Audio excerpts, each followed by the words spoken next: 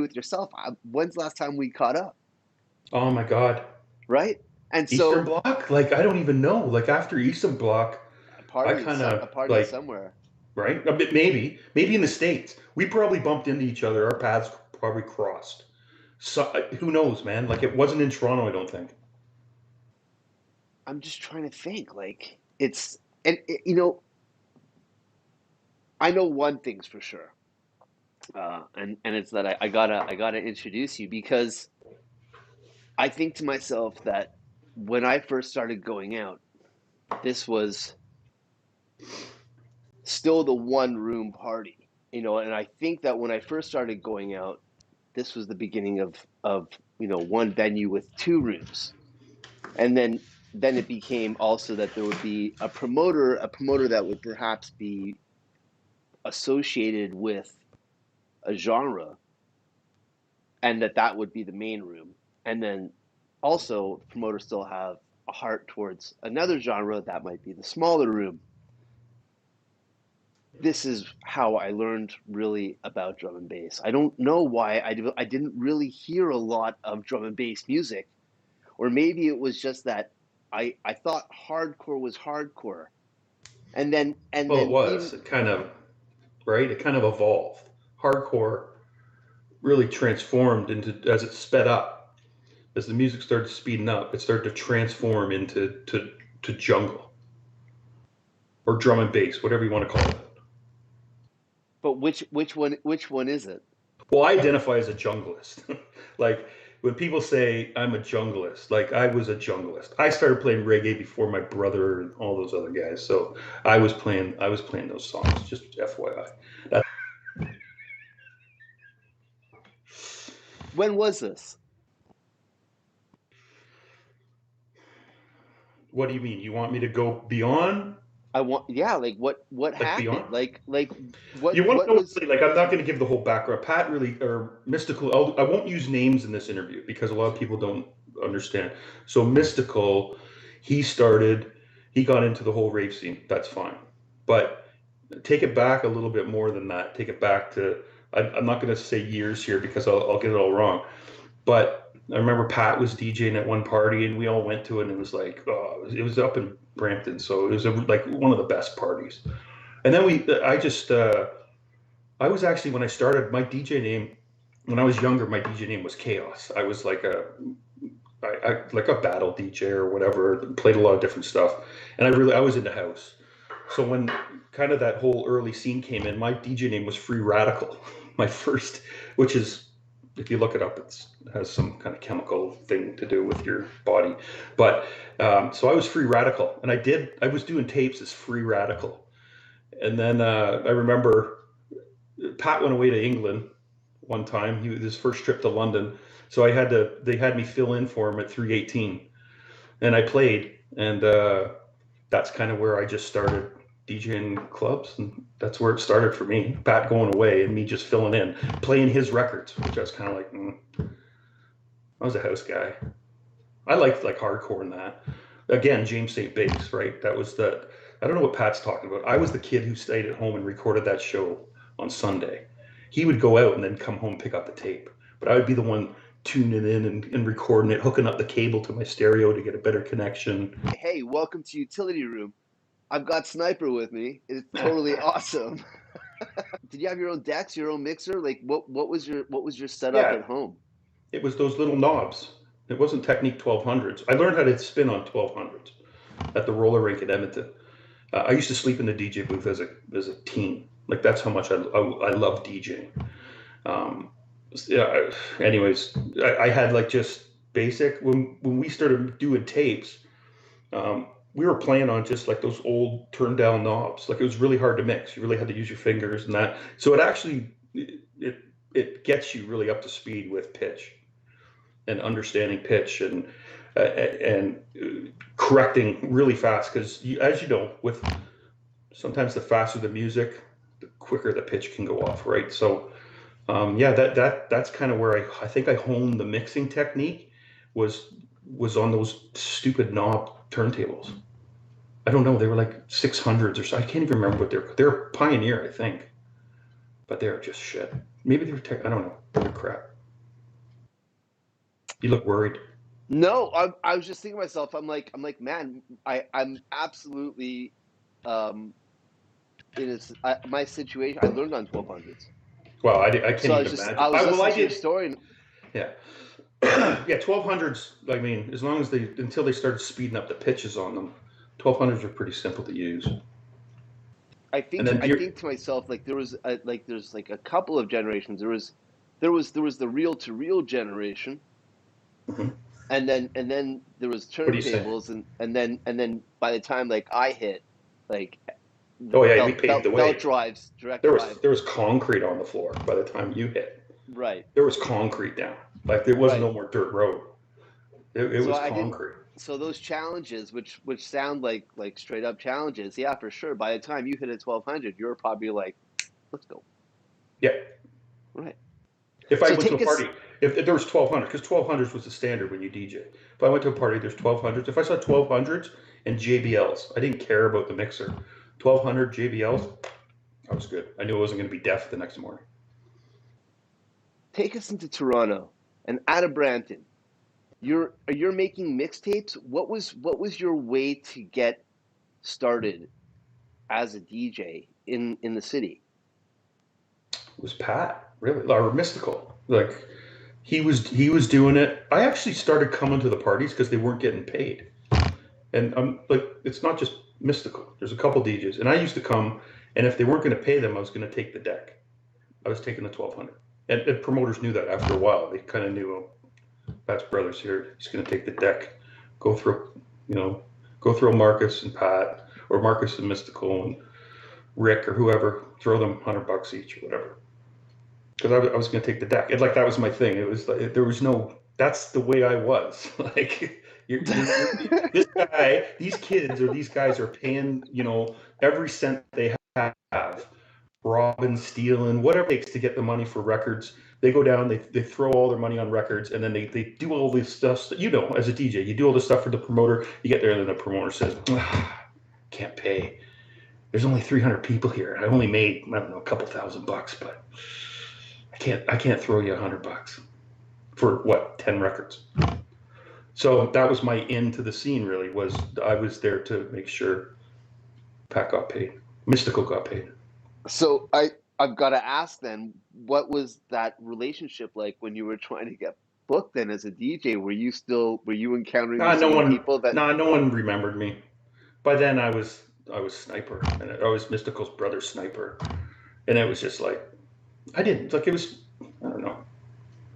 It didn't bother me either way. Like I don't care if they don't want to book me. I don't care. I just was different than Pat, or different than Mystical. Sorry. so then past the bouncer element that you know that you were Oh, running yeah. musically though, what was the step? Because The I step for mean, me, no, you don't even have to go there. The step for me was a tape. It was Fabio 4 and 5 out of Ecstatic. And there's Groove Rider tapes and Fabio. Groove Rider and Fabio were like the shit for me. When I first heard that Fabio, there was a tape, Fabio 4 and 5, and it was a double pack out of Ecstatic. I hunted down every single tune on that tape. There was only one I didn't get. And then I ended up getting it on a dub plate that was scratched up, but at least I had it. It never came out, but I hunted down every tune on that.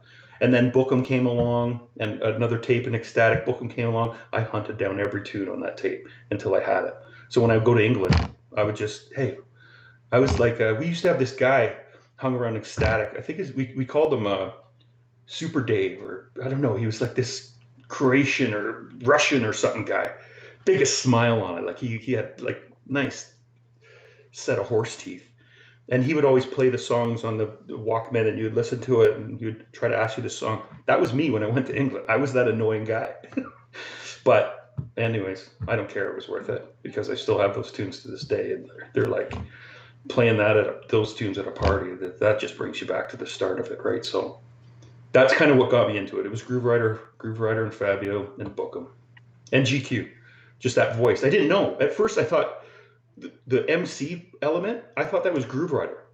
Me and all my friends thought that too. We're like, "Wow, Groove Rider, man! He's on the mic." And we thought it was we didn't realize it was someone else. And then eventually found out that it was GQ. And that relationship just flourished as well. So, How did you choose the name Sniper? you said how deep to go. It was a nickname I had from being younger. And it was because I had a really good shot. That's all I'm going to say. Okay. Yeah. I had a really good shot. I'm thinking athletic. No. All right. Think hoodie. Right, DJing saved my life. Like getting into the DJing, I would have went another direction when I was younger. So this DJing thing really helped me change life and focus on something that was a little bit more meaningful in life than going another way. Did you find that this music search also opened up a whole new group of people that you were hanging out with? Oh, 100%. Started meeting different type of people, good people, um, people that just wanted to have fun, didn't care so much about, the hustle or whatever. You just we just had fun. We just went to parties, listened to music, we just like hung out, right? Like it was cool. Like it was a fun period. More uplifting, happier vibes. Totally more uplifting and happier vibes. So you've chosen this name. You want to be Sniper. You're making mixtapes. Who's putting you on their parties? Where are you playing? What are the venues like back then? Well, then it was Johnny, Mike Stein, the Pleasure Force guys. Um, Not so far out of that. It was tight. It was those guys. It was Marcus Delirium. I think I played a couple early ones there. Obviously the Cyrus parties. No I wasn't involved with Cyrus parties, right? Like I was just a DJ. The most involvement I had is that if we were going over to England, I would promote it and sell it and be like, hey, you got to come over for Cyrus. Like you got to meet you got to meet Mystical or meet Robbie and Vito. And I was more focused on the DJing part. And then as I started traveling to like my whole epiphany with just going past DJing was going into black market in London and walking past the house counter, going downstairs into the basement, and seeing Nicky Black Market, Ray Keith, these other two guys, Gwanj and Spinback. At that time, I think they ended up turning out to be Total Science, which was a bigger group. But these guys, it was just like some of these guys were like, I loved the tunes they made. Like it was just like, oh my god, I can't believe I'm here with these guys, and 50 people in this tight packed room. And then you put up your hand when you like the record, and then they would hand you the record over the crowd. You would take it, and then at the end you'd go up and pay, and then they would slide a couple promos in your bag. I was like, oh my god, we got to do this in Toronto. This would be so awesome. Like we were going all the way across the pond there to get records for ourselves and that. But that feeling of that record shop vibe was like, wow, this could be cool. And then, like, we eventually started bringing over records. I know Mystical touched on it in his interview, but we were bringing boxes of records, selling them out of our car, going all over. We were going up to Lush, in his area. But anyways, yeah. So then we would go to all these other places and do like different things and sell records. And then we started selling out of Ecstatic. The guy there at the time, Eamon, built this really cool place to sell the records and everything. And we'd come in there with our decks. I think we'd bring our decks from home. Some speakers we bought, plug in and play, put the records up on the thing, and sell for 3 days a week. People loved it, right? Throwing the records, and we did the same thing. I didn't care about the making money really, like because the promos we had to pay for them, but we'd still kind of slide the promos, right? To make those kids, I wanted them to feel like I felt when I went to England, and that continued on to Eastern Bloc. Is that road kind of took a fork to Eastern Bloc, anyways. With these relationships already developed from what you were doing by buying all of these records, how did that help you secure greater distribution when you were doing the store? Well, yeah, Like, that was the whole plan, right? The plan was to have the shop and then start extending that distribution, because all the guys who owned the distribution companies in London and England were my friends. Peter at SRD, one of the biggest distributors of drum and bass and jungle. Um, Chris, what was Chris's last name? I can't remember, but Chris was, he run this company called ST Holdings, which was a big distributor. Lance and a couple other guys at Vinyl Distribution. Like there was 3 distributors we were working with, bringing it all in, and then we started selling it or distributing it to all these other kids that had started up their little record shops around Canada and the US. And then that also, all these guys that are doing the record shops are all like us, they're all DJs. So then that helped almost, solidify some more DJing gigs outside of Toronto.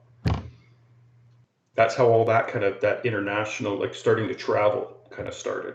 Well, we were traveling a little bit, but not much. It was like down to Buffalo because we knew someone, over to Chicago because Vito knew someone, or Rhyme Time, or someone from England would come in and we'd go down to Chicago to do a party. Like, and then it started spreading from that. Paul Johnson was a big supporter of ours in the early days. You probably know Paul. He's house DJ, amazing producer, whatever. Like I remember meeting him for the first time in Chicago. Like he blew me away. I didn't know a lot of things about him, but just his character, and I don't know. He was like a big influence on top of like Todd Terry or someone like those guys were like big influence to me in the early days too. how did you learn about dub plates? Oh, from England. These guys were coming over. Well, I knew about the history of dub plates, but more from the reggae side of things, the I mean, dancehall music. like for you, coming across a new song and having the ability to play it out right away. The only way you could really do that, this is pre CDJ, was the dub plate. Yeah, expensive, 30 pounds a piece. 30 pounds, like British pounds. At that time, that was like 60, 70 bucks Canadian for each dub plate. And they're fucking heavy. Well, they're really heavy, dude. Like if you have a bag of dub plates, it's like carrying 3 crates. Like it's metal. So when we first started going over to England, we were bringing back. We would go with almost no clothes, right? Like a couple changes. It was like a couple pairs of underwear and toothbrush. Like that's it. Everything else in the biggest suitcase we could have was space for records. So it was packed with record bags. So then you'd fill up your suitcase with records. You'd fill up your carry-on with records as much as you could get. Maybe you get away with a second carry-on. Then it got to dub plates. And that was when you had to ship something back, because it was just, I've gone to the airport carrying suitcases. And in London, if you've ever come from London back to Toronto, it's at Air Canada's at the farthest end of the friggin' terminal, and you're walking down these things with dub plates and records, like just dying, right? And you didn't want to check them. I didn't want to check a bag of dub plates going underneath the plane. Guys in London would have known what that is. Probably not back here in Canada, but they would have definitely known what was in that bag if they opened it up. So there was no way. I was like, especially when you get that stuff, it's in confidence, right? Like maybe 10 guys might get a dub plate of a tune. You had to know someone, and that was how we built that relationship with the dub plate cutter, this guy Leon at Music House in London. God rest his soul. He was key for us. Him and his dad. His dad was Paul, this other guy who originally Paul and Chris ran Music House, and then Leon was a kid and got into it. But Leon, he was the guy, like I could just send him money. Eventually, as we got so busy we couldn't get to London as much, we would just send him money, and he would cut. He was just like he was like me being over there. He'd be like, yeah, it's for Chris and Pat. Oh, okay. Here you go. And then he would just send. He just knew what we wanted, and sometimes I didn't know what I wanted, and he would tell me, no, you got to listen to this Photech tune. This Photech beeping tune is going to be huge. Yeah, whatever. I remember playing it first time at System. I don't know how it was, like one of the biggest tunes I've ever played. But like that was the type of thing. Like I've played tunes in London, and people like Groove Rider has said to me, "What the fuck is that tune?" like because he didn't have it. So I'd tell him right away, oh, do you want it? Hey group, take it like it's yours. I got it today. This guy was my idol at the time. Are you lost here? Are you lost here because you're like I'm a house not. DJ I'm and you're all absorbing into everything housey you're shit? saying. I specifically Do you give want to time talk for about it. house? Do you want to talk about house? Do you want to talk about like MK or who's that guy, the Francais DJ who's all Bob Sinclair? Like, I don't know. Do you want to talk about house? Mostly just want to give you time to breathe while you're talking instead of trying to talk over you, and completely, Oh, obviously interested in the story. I'm trying to okay. think when was it that you first saw the dub plate, like what that you had the conversation about it? When was it that you learned that you could take unreleased music, that you could press it, that you could have these tracks that would be secret Well, weapons? we didn't know we could do it over here until a couple guys started hunting. Slip. Slip was big in it. Lush was another one big in hunting. Uh, my brother, we ended up finding a couple places until we could, there was a couple good ones that we could use, but then we kind of found this other one, which was kind of a godsend, to be honest with you, because we found this other guy. His name was Big Roy, and Big Roy ran. He was into the dance hall scene. Like it was dance hall. We were the only white guys when we walked into this place, which means nothing to me. Um, maybe to slip and slide, 5'2". Uh, but it didn't bother me. But by cutting dub plates at this place, turned a whole new chapter on the revival, I think, of putting reggae back into drum and bass, because it was taken out many years before because of what was going on in London, where different crowds were showing up at the parties. So a lot of the guys got together and said, "Hey, let's just stop making this because it's made that scene in London turn for the worst." So they kind of cut it out of the music, and there was only a couple guys still doing it. There was like Congo Natty, which is still huge. They were still doing the reggae vocals on top of drum and bass beats. Well, when that came out of the music, you saw a mass departure, I think, from people in the scene, because you still had your hardcore people, your hardcore junglists, but those outsiders that would come into the jungle room and hear things that are familiar, like vocals and that's what drew people into jungle music, right? It was those catchy tunes that they knew from the radio or something else. So when the reggae stuff left the reggae jungle left the music, there was this void, and it got really dark. That's when you started hearing about more drum and bass and dubstep, and things really started to get dark, which was a good thing for drum and bass, I think, because there was an evolution. The producers really started getting a little bit more techie and more, figuring out their bass lines. Their production started turning out a lot better, but the music just wasn't like big party friendly. And the big parties were increasing and increasing, but the music was kind of taking this darker dive into things. So, I'm not saying that what we did was an epiphany for drum and bass music, but for Toronto, and that's where we're primarily playing, or testing out music or trying our new tracks. It was Toronto. Toronto was because there was people there that knew the music by this time. So this music, back to the now, I'm talking like mystical here, but back to when we started going to this Big Roy, this place he had called Sniper Dub Plates. We met all these reggae guys that were coming through town to play for Caravana, all this. So I just started, he would call me and be like, "Hey, I got Capleton here. I got Beanie Man. I got whoever." So I drive down to this place. I don't know, maybe a couple thousand cash in my pocket.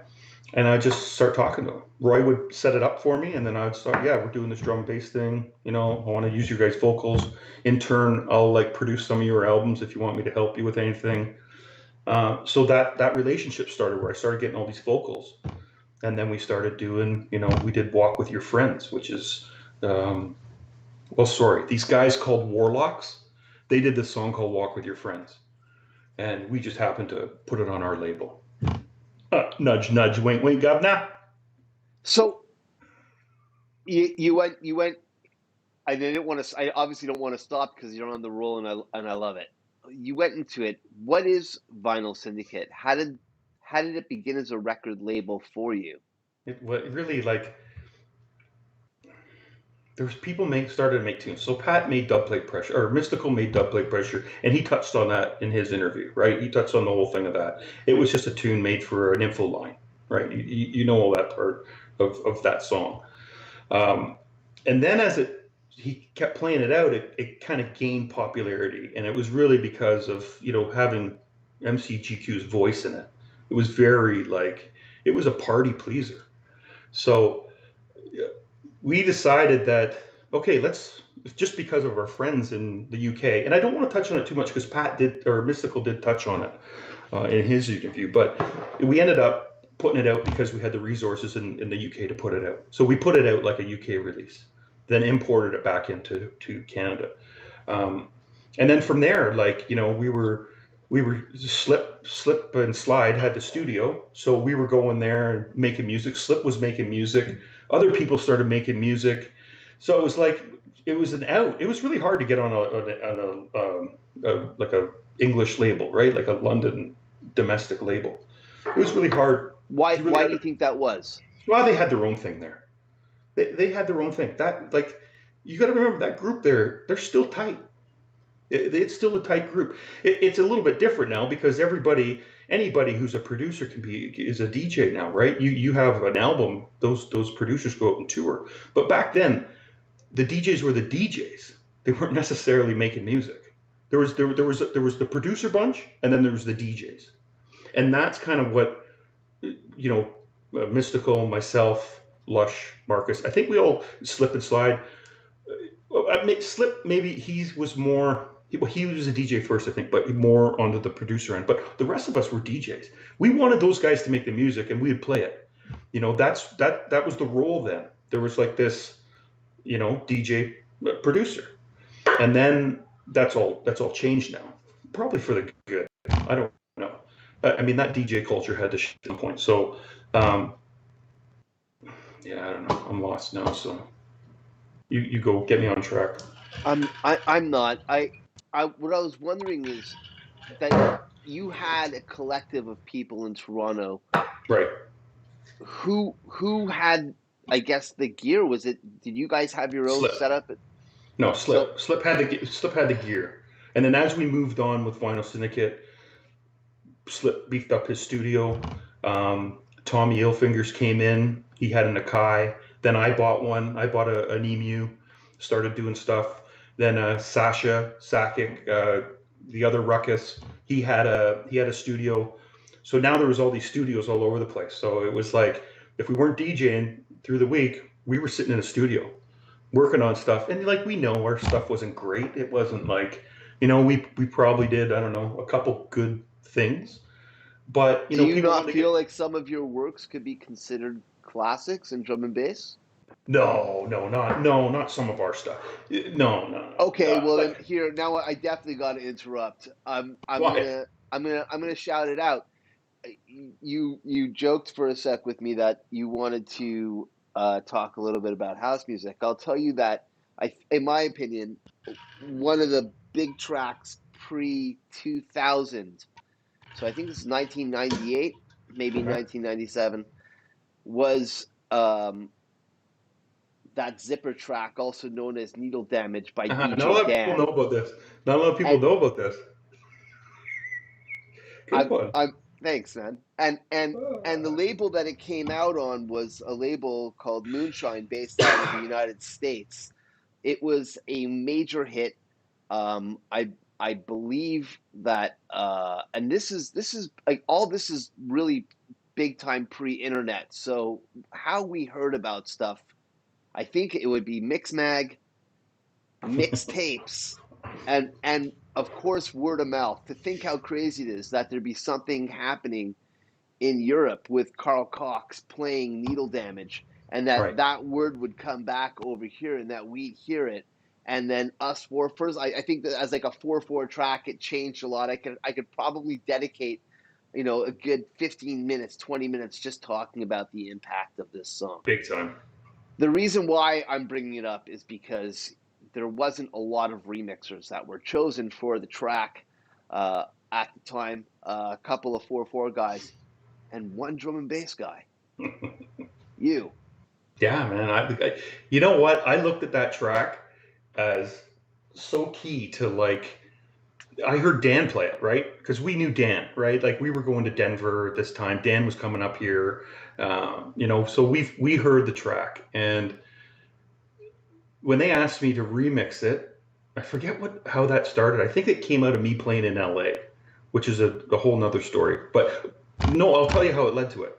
So I was going down to play in LA for the first time, and it was a big party, and I wanted to do a VIP of Mystical Influence Dubplate Pressure. So I really, like, honestly, 3 days before I'm getting on a plane, went to Slips. Me and Slip are screwing around. We kind of come up with this guitar-y thing at the beginning, GQ, revamp it. It has my name, kind of a VIP tune. Perfect, done. Get to LA, play it, and it's a hit. Like people loved it. I just did it for a VIP to start as an intro track when I went to LA, and that's where I met the Moonshine guys.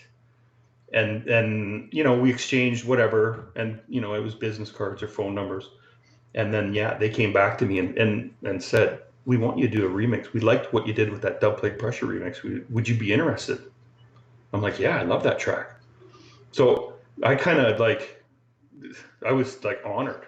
I wanted to do it justice the way Dan did it, and like it's needle damage. If you listen to that track, it's needle damage in that track. Like I'm taking a needle and smashing it on the record and recording it, and like that's all me doing that. But yeah, that was a cool one. That was a cool track. I forgot about that one. See, I forget about tracks, right? I forget about stuff we did.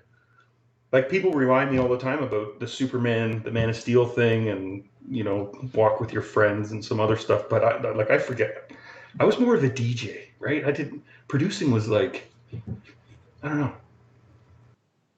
But you were also running a record label. 7. You were also more than maybe a DJ. I think a lot of people would see you as one of the figures of the city. But both you, your brother Marcus, I also, Medicine Muffin, these are you guys.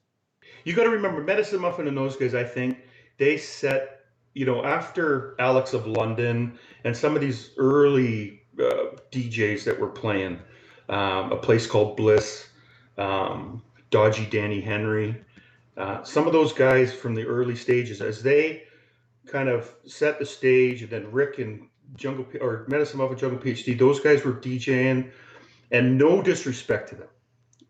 I think those guys, I still get along with the majority of them if I see them. But we just went on a different path. We just took it to another thing. We thought outside of the box. We thought, okay, we're seeing what they're doing in London. Let's do that. Let's mimic that over here. And in the end, we were just trying to help out everywhere. We're trying to help our friends sell more records over here. We're trying to help the distribution expand. By the end, when we had our own distribution at Eastern Bloc, we were sending records all across North, Central, South, and Hawaii, like all around the Americas into Hawaii. Like we covered this zone. And then it started getting too big that we just went back to the vinyl distribution and said, hey, we'll cover these little ones. You guys hit these other countries like Brazil and whatever. So we worked together. We weren't trying to, go behind each other's back. It was all like family. We were all a part of it. This passion over the UK sound, was it the adoration? It wasn't emulation, was it? You're saying that you guys are doing your own thing. No, you got to remember, those guys we looked up to them, right? They were like, we looked up to these guys. They were the guys making the music, and they were just everyday people. These guys were just, no matter who you met. Sometimes they would look at you first, like, But once we met Goldie kind of paved the way for us. He would just tell people, yeah, he's cool. Yeah, he's cool. No, I'm just joking. But did Pat ever tell you? Okay, I want to tell a funny story. Did Mystical tell you about? So DJ Hype, right? One of the biggest DJs in the drum bass scene. I met DJ Hype first, and so he was my buddy. I was getting all those tunes in the early days for Mystical Influence. So Mystical Influence came with me one time to England, and he's going to meet Hype for the first time. So we're at Music House. Hype's coming down, and he's bringing his DATs, all of his new stuff, Super Sharpshooter, all these big tunes he had. He's bringing them down to music. Are you paying attention, or what are you doing?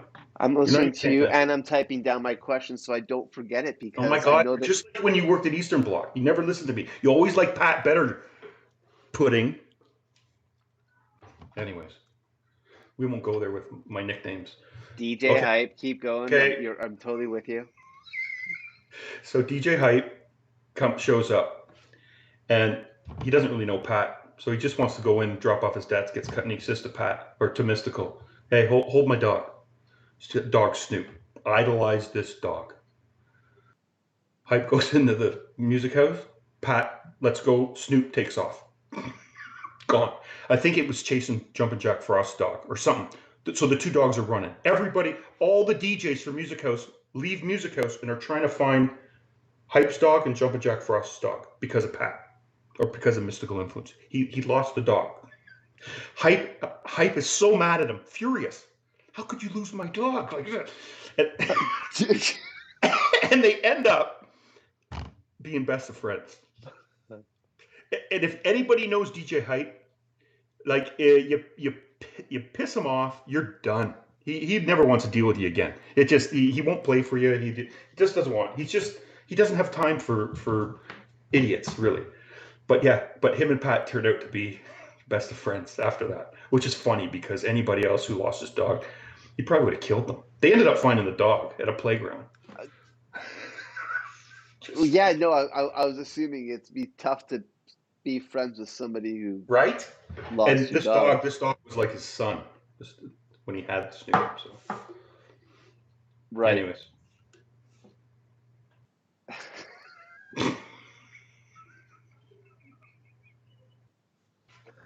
I should have told you that one. I should have told you that one before you interviewed him. Yeah, no, I know. That's not. It's not it. It's I want to say that I was curious when we were talking earlier, because what you said, that you guys were in a place of where you were really into what was happening in the UK and you guys were looking up to it. Yeah. So when it came down to doing what it is that you guys were up to, there was influence that was coming from that. You also feel that Toronto had its own thing going on, but you guys had your own thing that was separate from what was happening elsewhere as well in Toronto. No, I don't think we never tried to steal the spotlight off that. Those were the big guys. So when they came to a party, you asked Mystical, especially him, because he was usually playing before those guys. We wanted to make sure that those guys shined. So like Mystical would hold back. He would play good tunes, but he wouldn't, like, if Hype was coming on next and Hype knew that Pat had certain tunes that maybe only 5 people had on dub plate, Pat knew not to play them. Hype didn't have to say anything to him, because that's the kind of relationship we have with those guys. We never wanted to show them up. We wanted those guys to come over, be the stars. We just kind of we knew our level in the hierarchy, right? And just like in the business world now, you want to follow the chain of command, right? You want to make sure that you're not overstepping your boss and going to someone else. It's like, honestly, it's almost like a military kind of organization that maybe a lot of people outside the drum and bass scene, I mean, I'm talking about in the early days, there was a hierarchy. There was Goldie, and then it was like Groove Rider Fabio.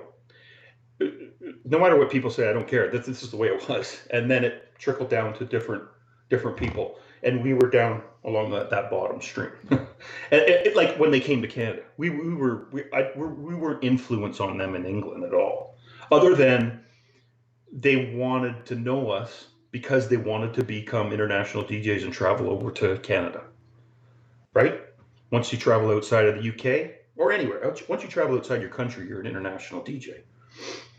So these guys, some of these guys that came over here, it was probably their first time traveling outside of the UK. Some of them the first time on an airplane.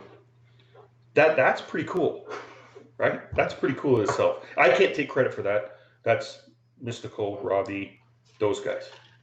They were the ones for that. Vito. Do you feel that Toronto had its own sound for drum and bass that was recognizable? I don't know about By that. No, I don't think so. Not in the early days. I mean, you couldn't tell. Some sound stood out. Ronnie Size, that bunch from Bristol, their sound stood out. Some of the guys that were producing stuff for Bookham, a kind of melodic, drum and bass, those guys stood out. But it was just different variations of drum and bass. I wouldn't say there was a Toronto sound or a New York sound. I don't know. It was all kind of. It wasn't like house where you had that Detroit or Chicago house or like that New York. Like it wasn't. I don't think it was similar to that. That was very distinct with Richie Houghton or different guys playing different, like that was different. That was more distinct. I don't think drum and bass had that. I don't know. Maybe other people think that. I don't. I think it was just jungle. Like it didn't matter. As jungle progressed, you didn't know that some of these producers started coming out of Sweden, coming out of Norway, coming out of outside of the UK. All these other producers started coming in and making tunes. You didn't know their sound might have been a little bit different, but it wasn't like. I think some labels in the early days had sound. Reinforced had a sound. Goldie's label still, I think, to this day, has a specific sound. But I don't know. I don't think Toronto had a specific sound then. Maybe it's different now, but when UK is the big place, right? UK is the birthplace of drum and bass. You're hearing those songs from the UK, and you're either taking a piece from this song, a piece of this song, you have a really good idea and you try to make your own thing, but you're still using that as your baseline, right? So I don't know. I think drum and bass is drum and bass. It was born out of the UK. It's made all over the world, but it's still like, I don't know. I wouldn't say it's as distinct as house. And that's just my opinion from being a house DJ and loving. I listen to house. My kids hate it. I'll be Sunday afternoon doing the laundry, folding clothes, got some house on, right? Like kids are like, "Oh, Dad, you listen to that Boots and Pants? You listen to Boots and Pants, Boots and Pants, Boots and Pants." They call it Boots and Pants, anyways. So hold on for a second, because I'm about to ask you where you were finding the parts to make the music. Only some was original, some was sampled, and I don't just mean like the vocal stuff. Where were you finding your Amen breaks? Like where what Amen was break. I bought the original record. I found it. And you guys were making your own samples? Yeah, I wasn't really sampling from I wasn't sampling from other drum and bass records. Like every time I went to Philly, other than eating cheesesteaks at Pat's or Gino's, I would go to these little local record shops and buy these like really different records. Like my sampling collection was huge. Sample CDs. I started hunting sample CDs, not CDs. If I heard a sample CD that someone's used a sample in it, then I knew, oh, everyone probably has that. And it was hard to find sample CDs back then because there wasn't that many. There was like Ninja tool. Remember the Ninja tools? I don't know. Do you know sample CDs? There was some. No, Anyways, I hunted. Not And I really. would use old music. I'd use, if there was a break on something, it's just our production. I wish our production back then is what it is now, because our production just wasn't there. I don't think on our tunes. I used to grab loop records because at that point I had three 1200s at home, and that was my goal, was that to be able to get up on three and be up on three and play on three, And like and get an sometimes afro, like get the afro and like really, really like go for it. No, I'm just asking. so Oh, the you don't want to talk about that? Okay. you want me to take my hat off? Do you want to see my hair? Is that what No, you're it's saying? fine. It's fine. I'm just saying, like when you get into that, you're in your zone. You got your 3 turntables. Do you use the Mac to mix? Do you have your computer with your mix on it? Okay, just go on. Ask next No, question. no, no, no. It's okay. Yeah, I don't. No, I haven't used turntables in. Really? Okay. I have been using them one time a year when I For an old go out school set? to Burning Man, but I mean it's Yeah. CDJs. And then I didn't go to Burning Man, I think, for 3 years or 4 years. And then I had to go to Flipside's place to get up on CDJ so he could show me how to plug a USB key into it, and then grab tracks and Then you play were it. good. Sort of. I remember when I started playing on CDs and people were laughing at me. Like, what are you playing on CDs for?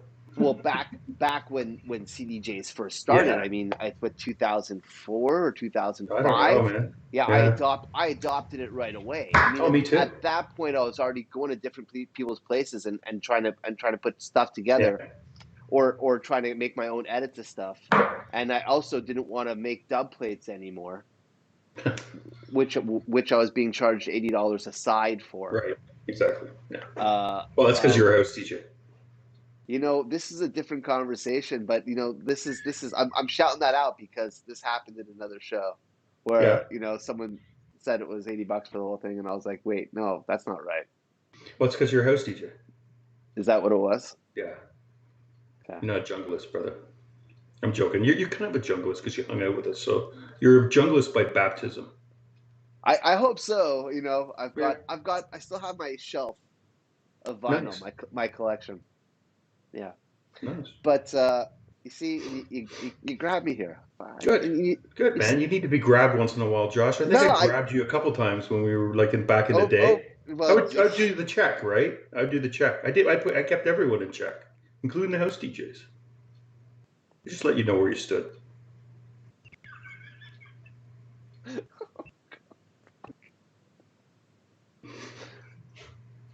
all right, fine. Let's talk about the record store. Yeah, let's do it. Best times of my life. Do you look back on it fondly like that? I do. It's what I wanted. It's what I wanted. Like that feeling of going into a record shop and getting a track you want, or you're looking for something and you get it. Not like Play-D, where you don't. No one made fun of you. Everyone was there. No one made fun of Mystical when I came in there with them. I would fucking knock them, and I wouldn't give a shit. They said that shit to me when I was there. I'm different than Pat. Pat's very friendly. Pat's Mystical Influence he's very political. He's the politician of the scene. He was the politician of drum and bass in Toronto. That's why I wouldn't be good at promoting. When I did that Cyrus party a couple years back, I'm not that good at promoting. I put it all together. I put my money into it and all that. But anyways, we got off the shop. Back to the shop. 2 rooms. Come in, make a decision. Are you going to the house room? Are you going to the drum and bass room? Or are you going back to the tape room, where actually Deadmau5 used to hang out? I don't know if anyone told you that story, but yeah, that's where I met Deadmau5. So how is it that, like, did you meet Paul? Was the idea for you, because you guys were running that side of the store? You guys were sorting out the orders, the order sheets that were happening. I mean, sure, they Are do you talking fax. about Paul the Tooth Walker? I'm definitely talking about Paul Walker. The Tooth Walker. I just talked to Paul. Also known as Texas Ranger. Last week, he looks like an absolute rock star. Yeah, he does. I'm curious though. What happened? Like, you How guys, did that start? who approached you? It was Stu from Better Days, right? God bless his soul too. Another one we lost at a young age. But Stu, we had that relationship with Stu from Better Days. Stu and Paul but it was Paul's thing. He worked at Eastern Bloc in the UK. They wanted to do a shop over here, and at first, same as what Mystical said, I said, I don't know. Like, we got it pretty good, but really we didn't. Like, it was ghetto, but like at Ecstatic, especially lugging records all the way up those stairs. But no difference from when we got to Eastern Bloc later on. We just, at Eastern Bloc, you felt like you're going to fall through the stairs. But yeah, it eventually we Yo, just those said, stairs, and especially right? the idea that we had to carry those Oh my that God. stack of The vinyl first because we'd two or have three. Remember the first two or three? the chain. We'd form a Yeah. chain. It was literally Yeah. there would be We like had the the chain. whole staff right Yeah. out to the back door. Yeah. The van would come and Boom. these boxes, and each of these Yeah. boxes would be these were 80 records per box, right? Oh, easy. Easy. 80 records. So each of Yeah. these boxes are about 40 pounds. Easy. And to walk up and down the stairs, I remember it wasn't just us. It was like all the house guys, all the drum and bass guys, everybody lined That's up. what I'm saying. It was the whole Yeah. staff. Boom. Yeah. It was pretty cool. And But like and that was and like, we're here still right? to talk about the story right now. Yeah. This it's a bit of a miracle. It really is that It is. we even survived in that building. I remember when we had to put the restructuring in it. There's a lot of people that Yeah. if the staff or the old if the staff is if the store's still going, if people that work there or were ever able to go upstairs, they know what you're talking about. Otherwise, there's a whole bunch of people that have no idea. Right. Eastern Bloc was a record store that was in Toronto, and it's, as Sniper was describing, split right down the middle, on one side of the store, and there would be glass that would separate it as well. Each side had its own sound system. One side was drum and bass, raga, jungle, that broken vibe, Yep. and on the other side was 4/4 stuff, techno, house, trance, Right. progressive. And it was great. It reminded me the- of Black Market, But except there we was weren't in the also an basement. upstairs level as well, and this is where the offices were, or sometimes if it was absolutely freezing cold outside, the indoor smoking area. And Oh my God. yeah, because it wasn't much for ventilation. So, My office upstairs was the indoor smoking area. Remember, we'd go up, we'd close the door, open the window, but the and stairs leading up to this area, even no, you just had to watch. visibly, No, like the first three steps, you could be fed to the rats if you yeah, fell, visibly, and we would just by feed the seeing rats. it, Yeah. it was dilapidated, uneven, misshapen. How, like, this is one of those things of where, like, it didn't matter, like you could just make a random phone call to the city, someone would come by and the landlord would absolutely have to fix it Oh yeah. today.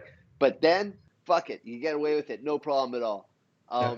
And here we are, we're still talking about these damn stairs. So you're at Eastern Bloc now, you're working there, you're bringing in the records. Do you feel that your selections that were happening helped develop what was going on for drum and bass with I the hope new so, DJs in because Toronto? with Mystical ordering and myself ordering, we were playing like a little bit different. We still liked everything. Like Mystical liked what I played. I liked what he played. We just tried not to be the same, right? We didn't want to be like two of the same. And a lot of people still to this day don't know we're brothers, because we look so different. But if you saw the differences in Irish and all of our family, you would get that, why we look the way we do. Anyways, so he was ordering the big tunes, like really,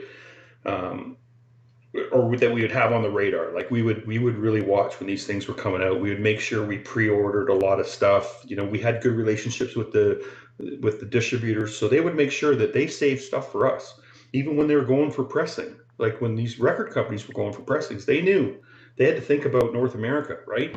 Not just what their normal shops in the UK sold. So I think having that variation, we started, we had lots of records that were left over. We had lots. You should see my basement at my mom's place.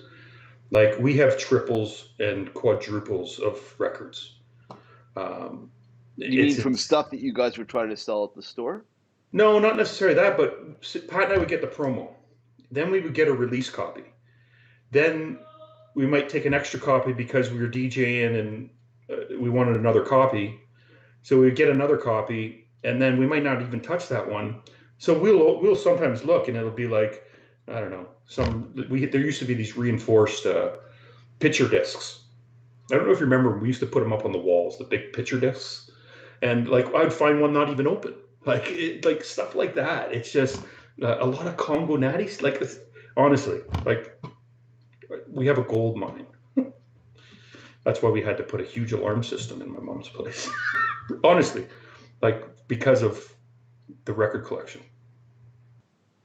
So with that happening, do you feel that Toronto contributed to drum and bass Huge. globally? Because we had massive promotion companies that were doing big room events. Yeah. Well, back then too, there was a battle with a lot of the promotion companies. Like there was promotion companies putting on like a no smoking sign, but it would be no jungle on their flyers. So there wasn't a lot of fans of jungle back then. That company now is a huge fan of drum and bass. Hence the no cheese stickers that Vito used to do. But I don't know. I had to get that in. But what were you asking me? Well, what I'm trying to say is this: is that the UK had a strong influence. Right. Did Um, Toronto to have that to influence? well, the reason why I believe, in my opinion, that that happened is because the music was coming from there. There was Right. there was strong support locally. There was strong support for the music. Right. There was strong support for the development of it from the people that were making it. That were not just continually trying to stay within what it was that made it popular, but what could be next. I feel like the very idea of what could be next was more important in drum and bass than more, I think, than any of the other genres, more than techno or house. House and techno, in fact, it's built on the idea of marinating on a loop and getting lost in it. I'm not trolling. I think that's great. I do it too. But you know, as far as like, if you want to compare again in my opinion, the production that's involved for drum and bass, dubstep as well. This is heavy shit. England Let's get England heavy. was Let's get England heavy. England was moving in this direction, and I feel that again this is pre-internet, or the very blossom of it. The word of mouth was so strong Yeah. that everywhere else in the world heard about it. Right. You guys are bringing the sound over here at one point, what could arguably be one of the top record stores in the city. Shipment day at Eastern Bloc Thursdays, yes. Uh, Out the door. Remember? Remember? out out the door. Out Sometimes the it, door. it, it actually felt like we were raving No, totally. inside Yeah. inside the store. Yeah, we were Both mixing, we were playing tunes. Some people both didn't want to sides hear had a that. They vibe, just, but the drum oh and yeah, bass side would it just it be. was pumping, man. It was Sometimes pumping. we would be taking bets over on our side, be like, is the glass gonna break? Because that's what was separating the rooms. There was so many people that were pressed up against it.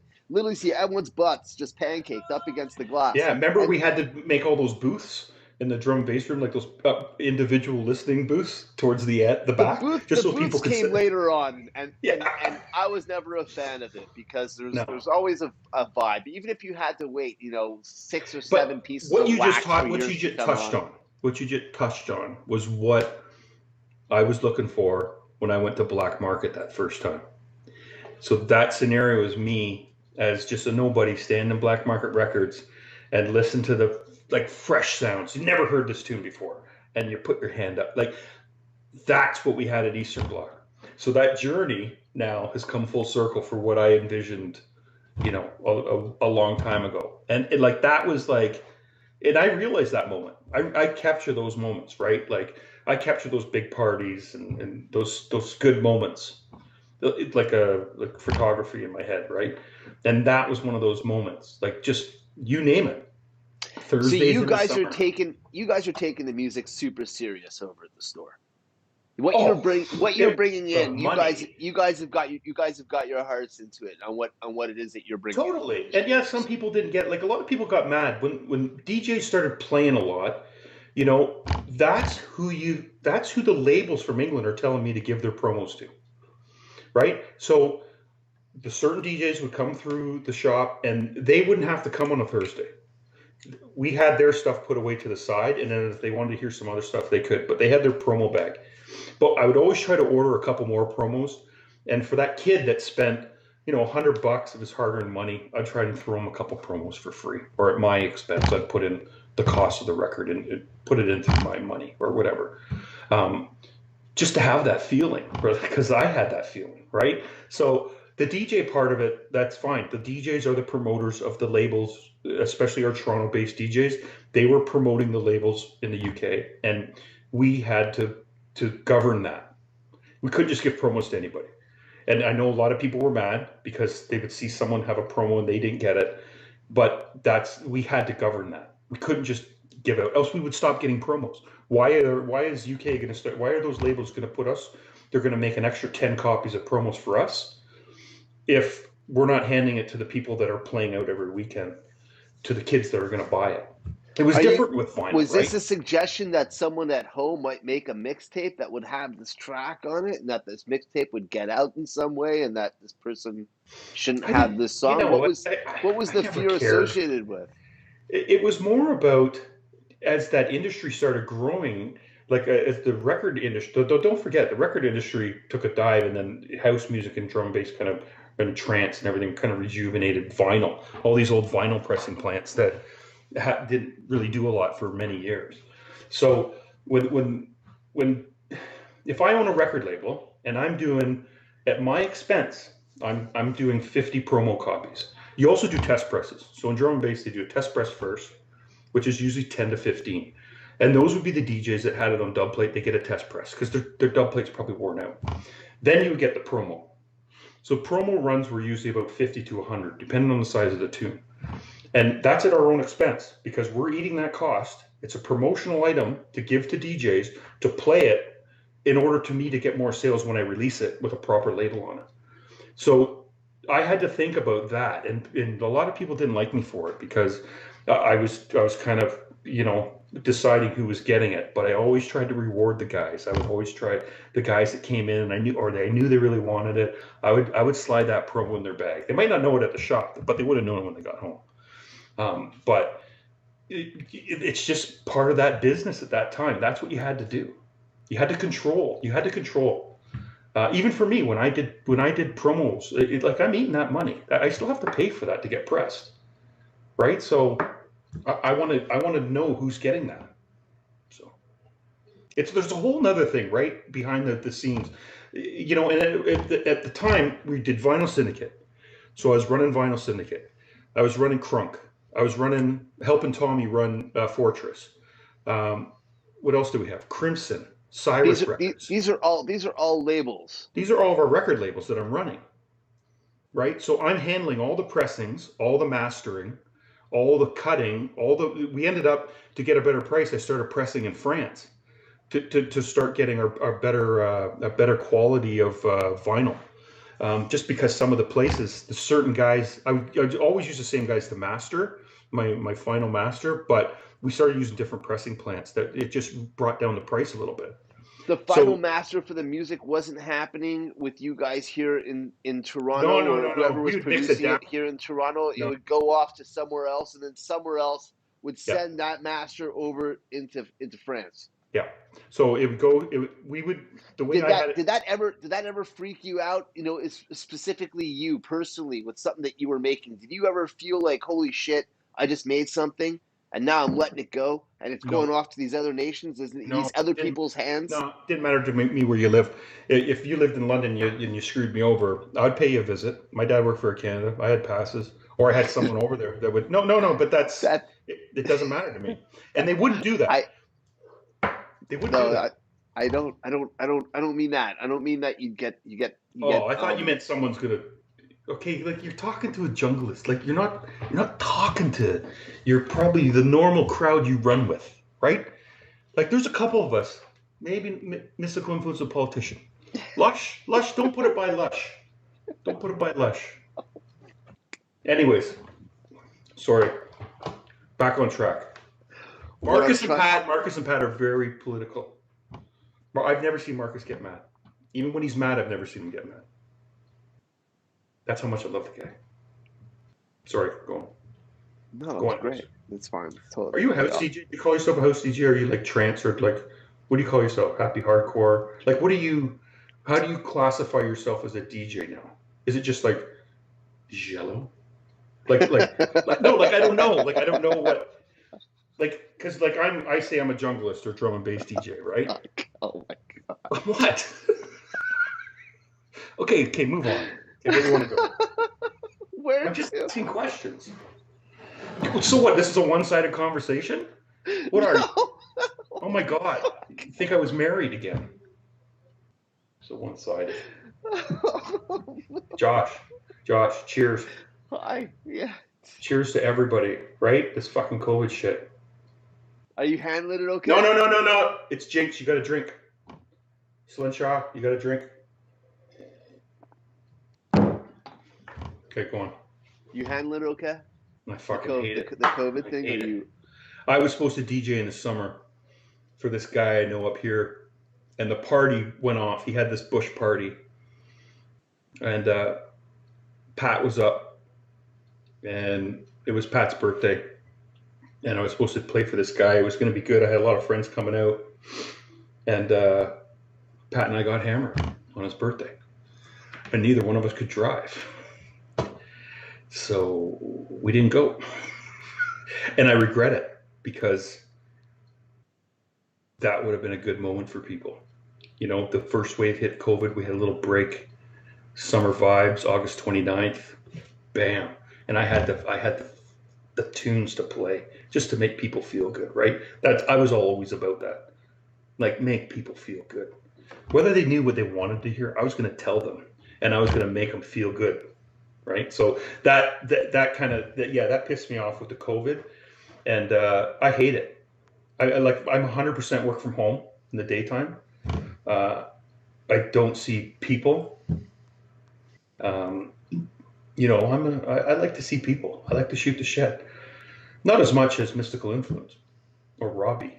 Like those guys are, they can shoot. Right. But I like to see people.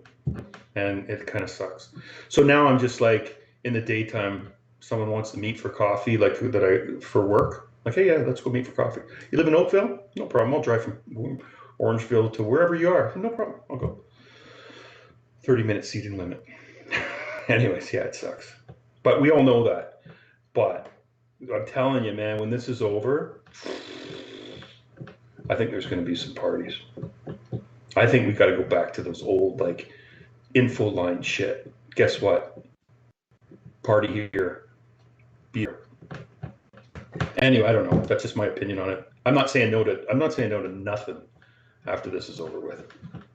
So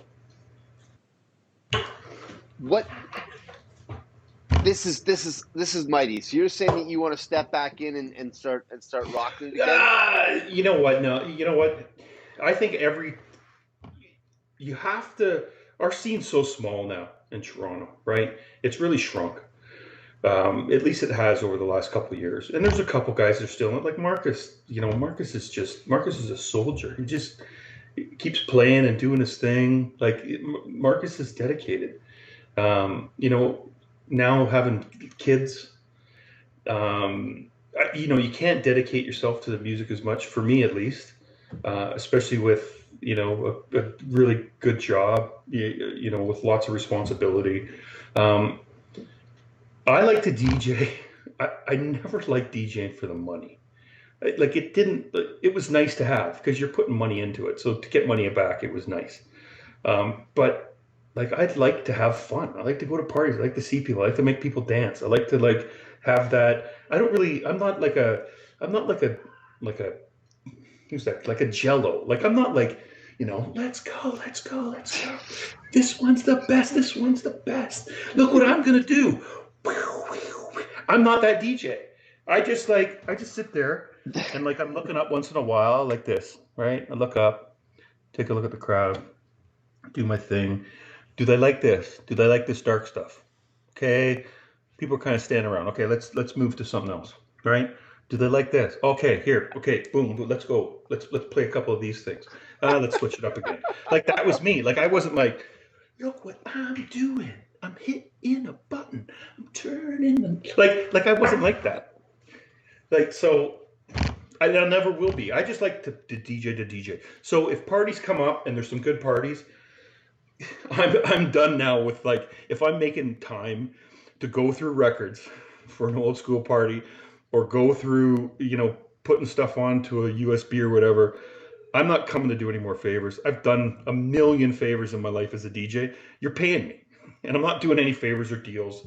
Like I want to get paid if I'm coming out for my time. So I mean, I don't do favors or things like that. Well, wait, I can't say I won't do favors, because if they're like a brethren or like someone I've known, like I'll do a favor, right? But like just for someone I don't know, I'm not doing a favor. You want me to come? You want me to drive to Hamilton or whatever? I want to get some money, right? I don't want it to cost me anything, really.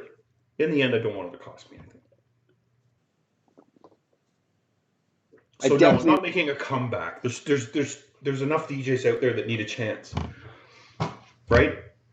That's my feeling. There's enough DJs, producers, kids that are doing stuff that are used to smoking. You haven't quit? Not with fire.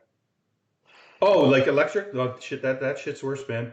That actually, I quit on those things for a couple years, and I coughed more on that shit after 2 years of using it than I did with smoking. I wish I wouldn't have quit.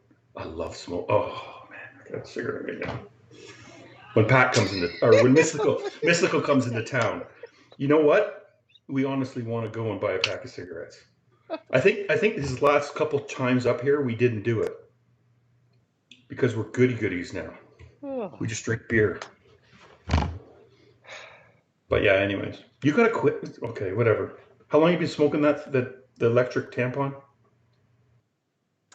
I mean, I don't know. It depends on where I'm at or what's going on. There could be days where I don't touch it. You don't need it, dude. Yeah, nobody's perfect. Yeah, but you're a house DJ. I thought all house DJs are perfect. You've been misled. So, what I want to know is that I definitely want to talk about how you would still go out and rock it. I think that's awesome. I can pick up and go. It doesn't matter. If you tell me on tomorrow night I got a DJ, I don't practice. I've never practiced. I don't have to practice. I practiced from the time I was 11 to the time I was 20. Did you consider yourself a technical guy while you were playing? Regardless you know what? That's where my house roots come from. Is instead of just playing the tunes, I started dropping out bass and doing different things that I would do in house when I'm mixing, so that that next tune comes in, that bass line hits, and you drop out the other bass on the other one, or you're just using the hi-hats or filter. Like I started doing that stuff, especially when I played like that kind of more melodic drum and bass. I really tried to screw with people, coming on after the headliners at 4 a.m, where everyone is just like peaked to the max. And I would do it on purpose. I would sit there and just tweak it and do stuff and bring in the same track 5 minutes later. So people were like, I thought I just heard that. And like, you could see on their faces, like I really got into that. And then I started transferring that kind of music. You can do that with like really dancey drum and bass. I was more into the choppy, bring a bass sound to make like a different song. So you would have one playing and bring it over, have the other, like, in back and forth, but not when you expect me to do it. I might do it at the start of the the 4 bars or whatever. I would always try to change it up with my mixing, and also that kind of helped me because I was too fast of a mixer. That was my problem when I DJ'd. I'd mix too fast. I wouldn't let tracks play enough, and that was just because I had so much music to get in. That I wanted to play, that I would just, I'd play tunes really quick, and I wouldn't, a lot of DJs cue it up, listen, back then, not now with a computer setting your BPMs and everything, but back then you would start a track and you would match and make sure it was good. I wouldn't do that. I would just start and live, like up and down slider, boom, boom, chop back and forth. Like that was kind of my style, and that's how I think I ended up doing that style of the kind of more choppier mixing because I was doing that faster. Like I wanted one record, then another. You couldn't do that right now. You can do that on a computer. You can just change it and go to this track and that track. Then it was the vinyl. You had to, like, you watch some DJs back then. Mystical is a prime example. Even Marcus, they used to put their next tracks underneath the turntables.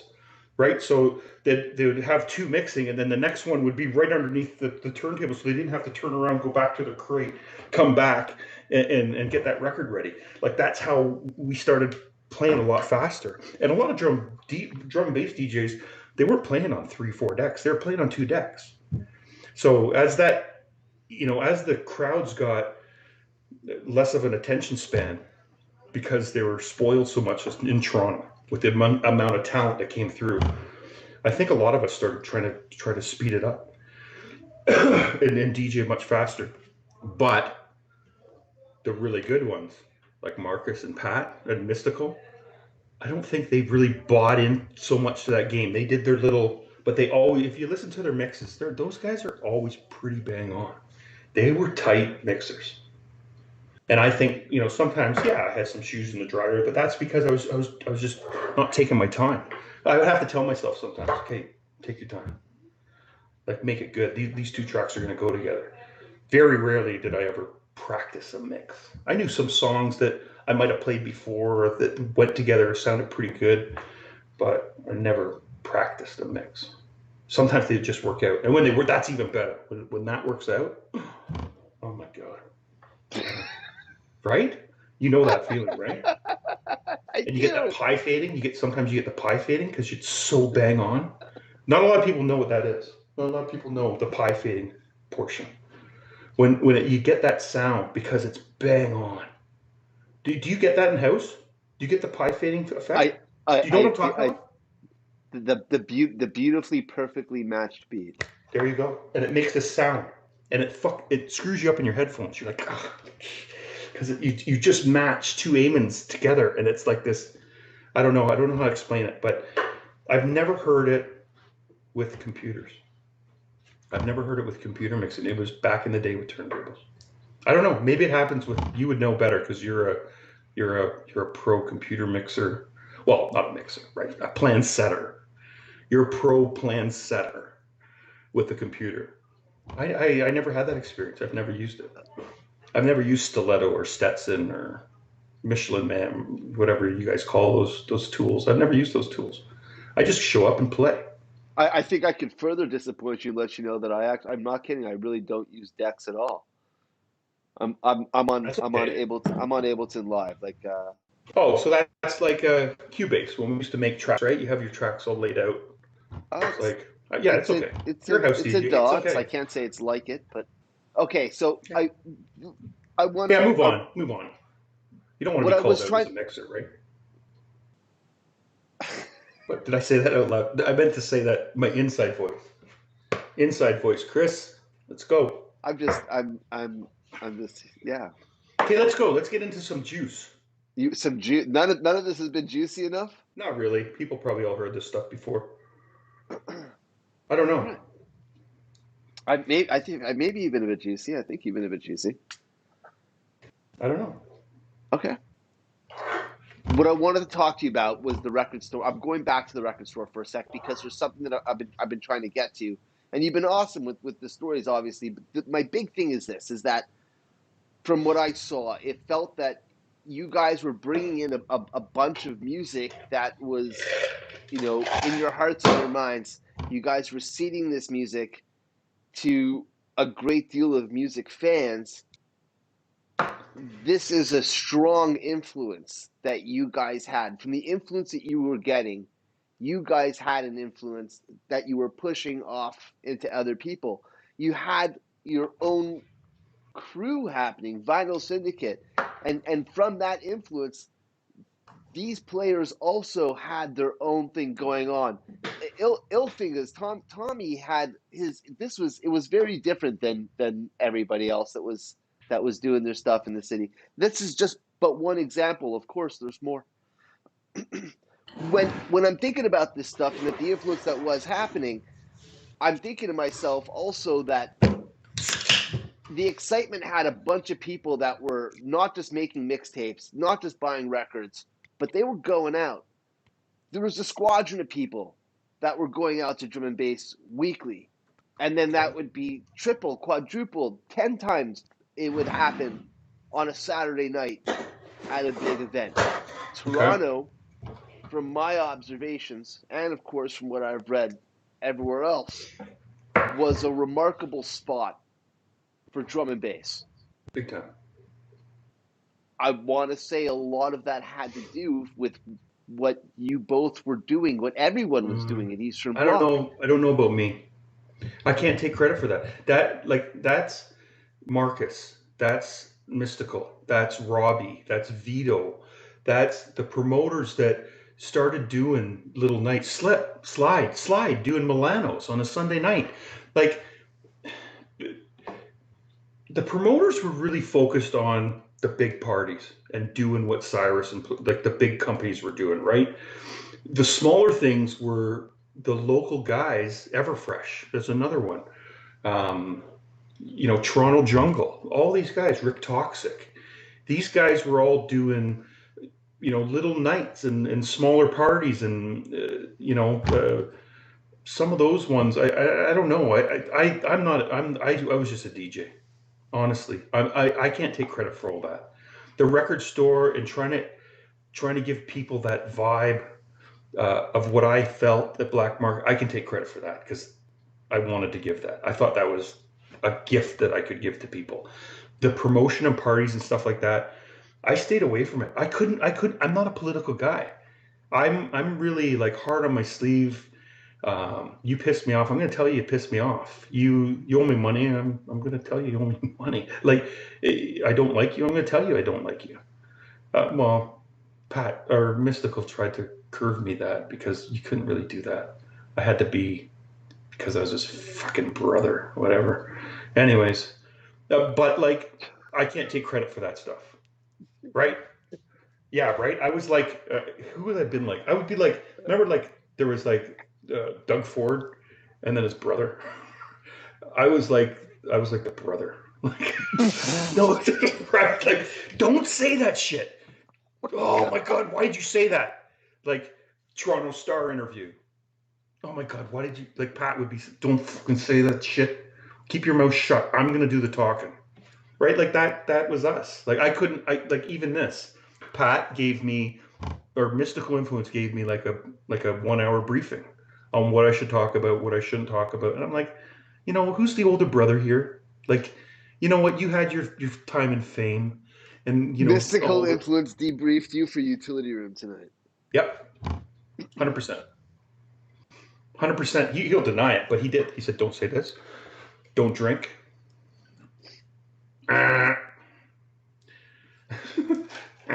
Anyway, it doesn't matter. But like, he like drink coffee. He's telling me to drink coffee. It's okay. He briefed me because he knows how I am. He's like, a lot of people watch that. You don't be saying anything stupid. I know you get it. So I'm watching what I say. I'm being truthful, but I'm not being an ass. Sorry. He's probably messaging me. Wait, did it just beep? Wait, I'll tell you what he said. What's this? No, I'm going to tell you what he said. Stop picking on Josh. He did, seriously. Stop picking on Josh. It's coming across as bad. You look like an idiot. Fuck, I wish you weren't my brother. Whatever. Let's move on. The stuff that was happening with Vinyl Syndicate produced a bunch of music that came from Toronto. The parties that were happening here, this stuff I feel that Toronto was a strong push for North America. I felt there was really three cities. There was Toronto, there was Denver, and there was LA. And Denver. Oh, don't even go to Denver. That was my second. My second home. Oh, okay. Well, that's a whole nother story with Steve Fury. But go on with what you were going to ask me because I don't want to take you off topic. Well, what I'm saying is this mark. Do you ever think about how this mark could have been documented? Past obviously what I'm talking about here, just you or your bro, and I've got other people that I'm going to be talking to as well. Talking about drum and bass in Toronto, for nearly a decade was just this super powerhouse force.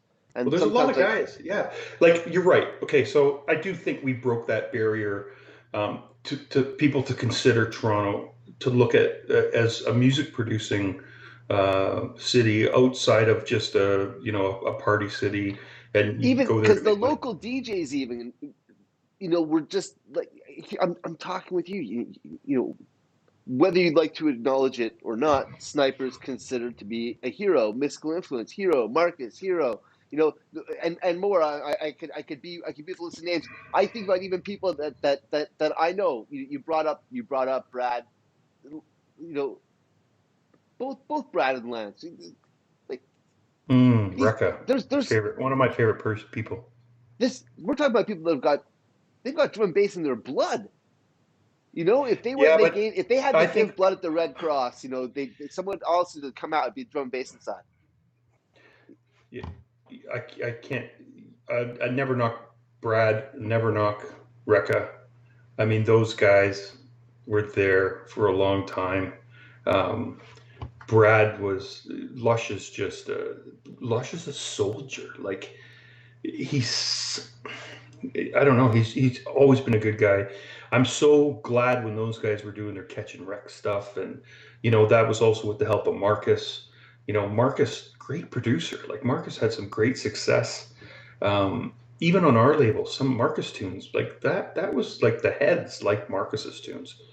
Um, so I think we maybe broke ground for them to get noticed. I don't know. I like I said, I don't like taking credit for that kind of stuff, but I think those guys took it to another level, especially Marcus. He really got on some big labels, and Marcus was going over there a lot, and really, as the diplomat for Canada and Toronto, or North America, to be honest. Between him and like Diesel Boy, who broke through, a couple other guys for back then that started getting into that producing and were really good.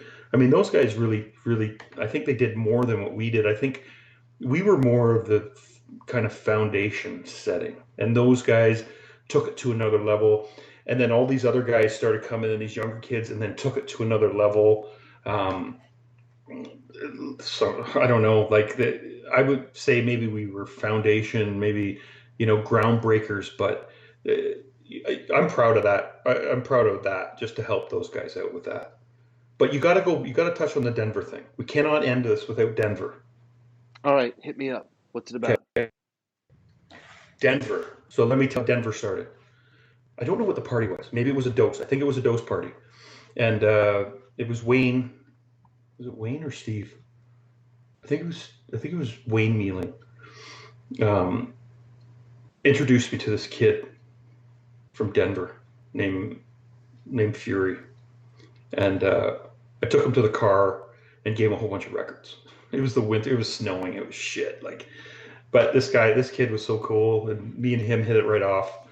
And so, we started knowing these DJs from Denver, like Hippie. Um, I can't even remember all of them now, but there was a lot of guys that came out of Denver that we were familiar with. So then Steve Fury started brought me to Denver. Hold on for a second. How What? are you guys? What? How are you guys communicating? Communicating? What do you? Yeah, It no, I was. mean, like, I'm saying, how did you learn about what was going on in Denver, and how did Denver learn about what was going on with you? I think Dose was a part of that. I think Steve Fury was a part of that. He was a big, him and another guy, Jason, another guy, Brad. These guys all were, Jason and Brad were like, I don't know, the Pleasure Force or the Cyrus of Denver. These guys were doing big parties. And it's funny, they're still friends to this day. But that's how tight we were with Denver. I started going there, hanging out, stayed at Steve's, started playing parties. Then Steve started, bringing my brother. My brother and Fury have the exact same birthday, the exact same year, the exact same date. They're born like a couple hours apart. So those two just hit it off as well. So Denver became it was a residency. We were in Denver like quite a bit, at least I don't Were know, you four or guys five times. snail mailing music back and forth, mixtape and vinyl? We were. we might have been mailing it, yeah, to Steve, or sometimes we'd bring it to him. But Steve was one of the ones who started out helping us distribute in the U.S. Fury. So like he was that guy that was us in Toronto. He was that guy in the U.S. who started. He had all the connections with Dara and Diesel Boy and all those guys in the U.S. All those DJs that were there. So we were sending records to him, and then he was distributing it. Like he was an extension of us, just by meeting him at a dose party. Like that's how that relationship started. And the guy is like, he's still like a best friend to us. My brother, or Mystical, now that Mystical lives in Denver, like he still works with Steve at their graphics design company.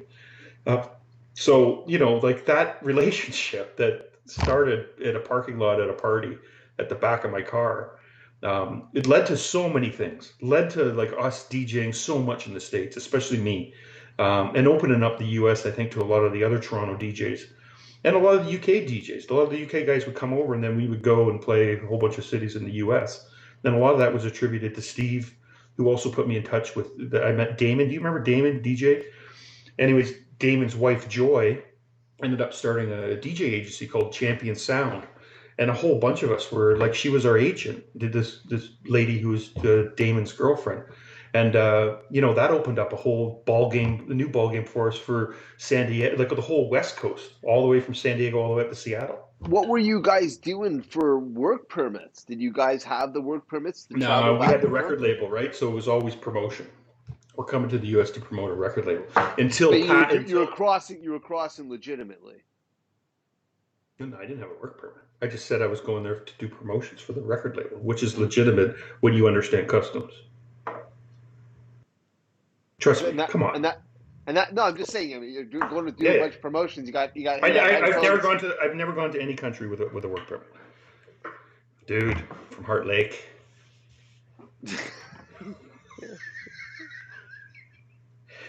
No, honestly.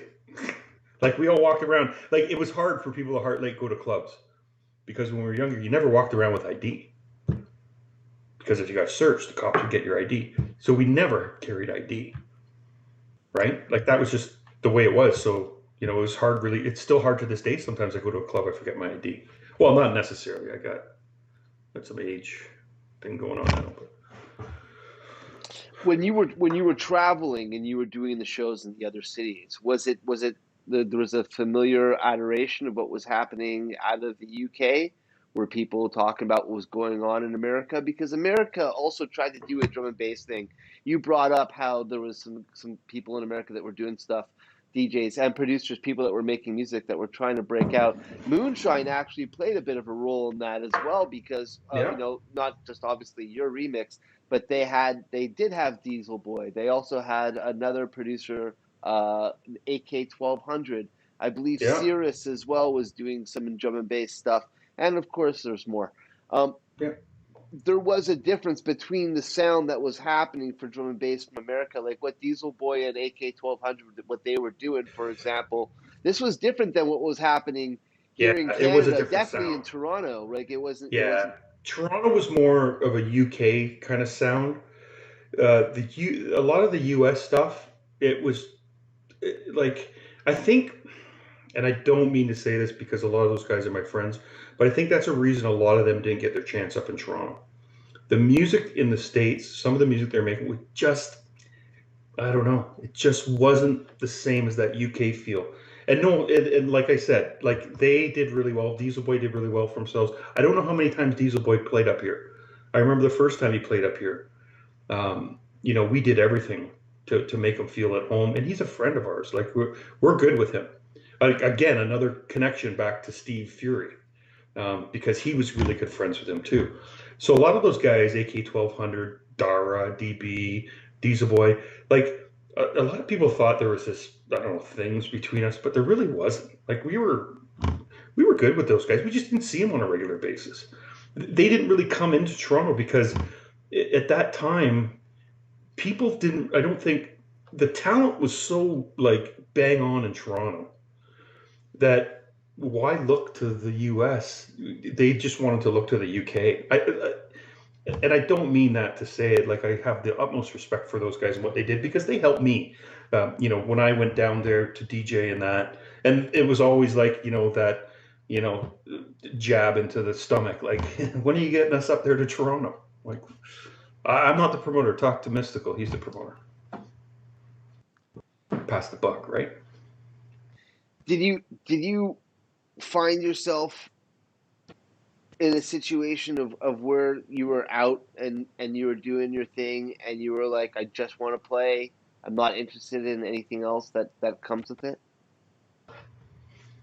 Well, I was always like that Were you until I happy to be started. that ambassador? Were you happy? Were I you? was. You know what? You want to know something, Josh? I was happy until I started having problems with my ears, and I didn't know what it was.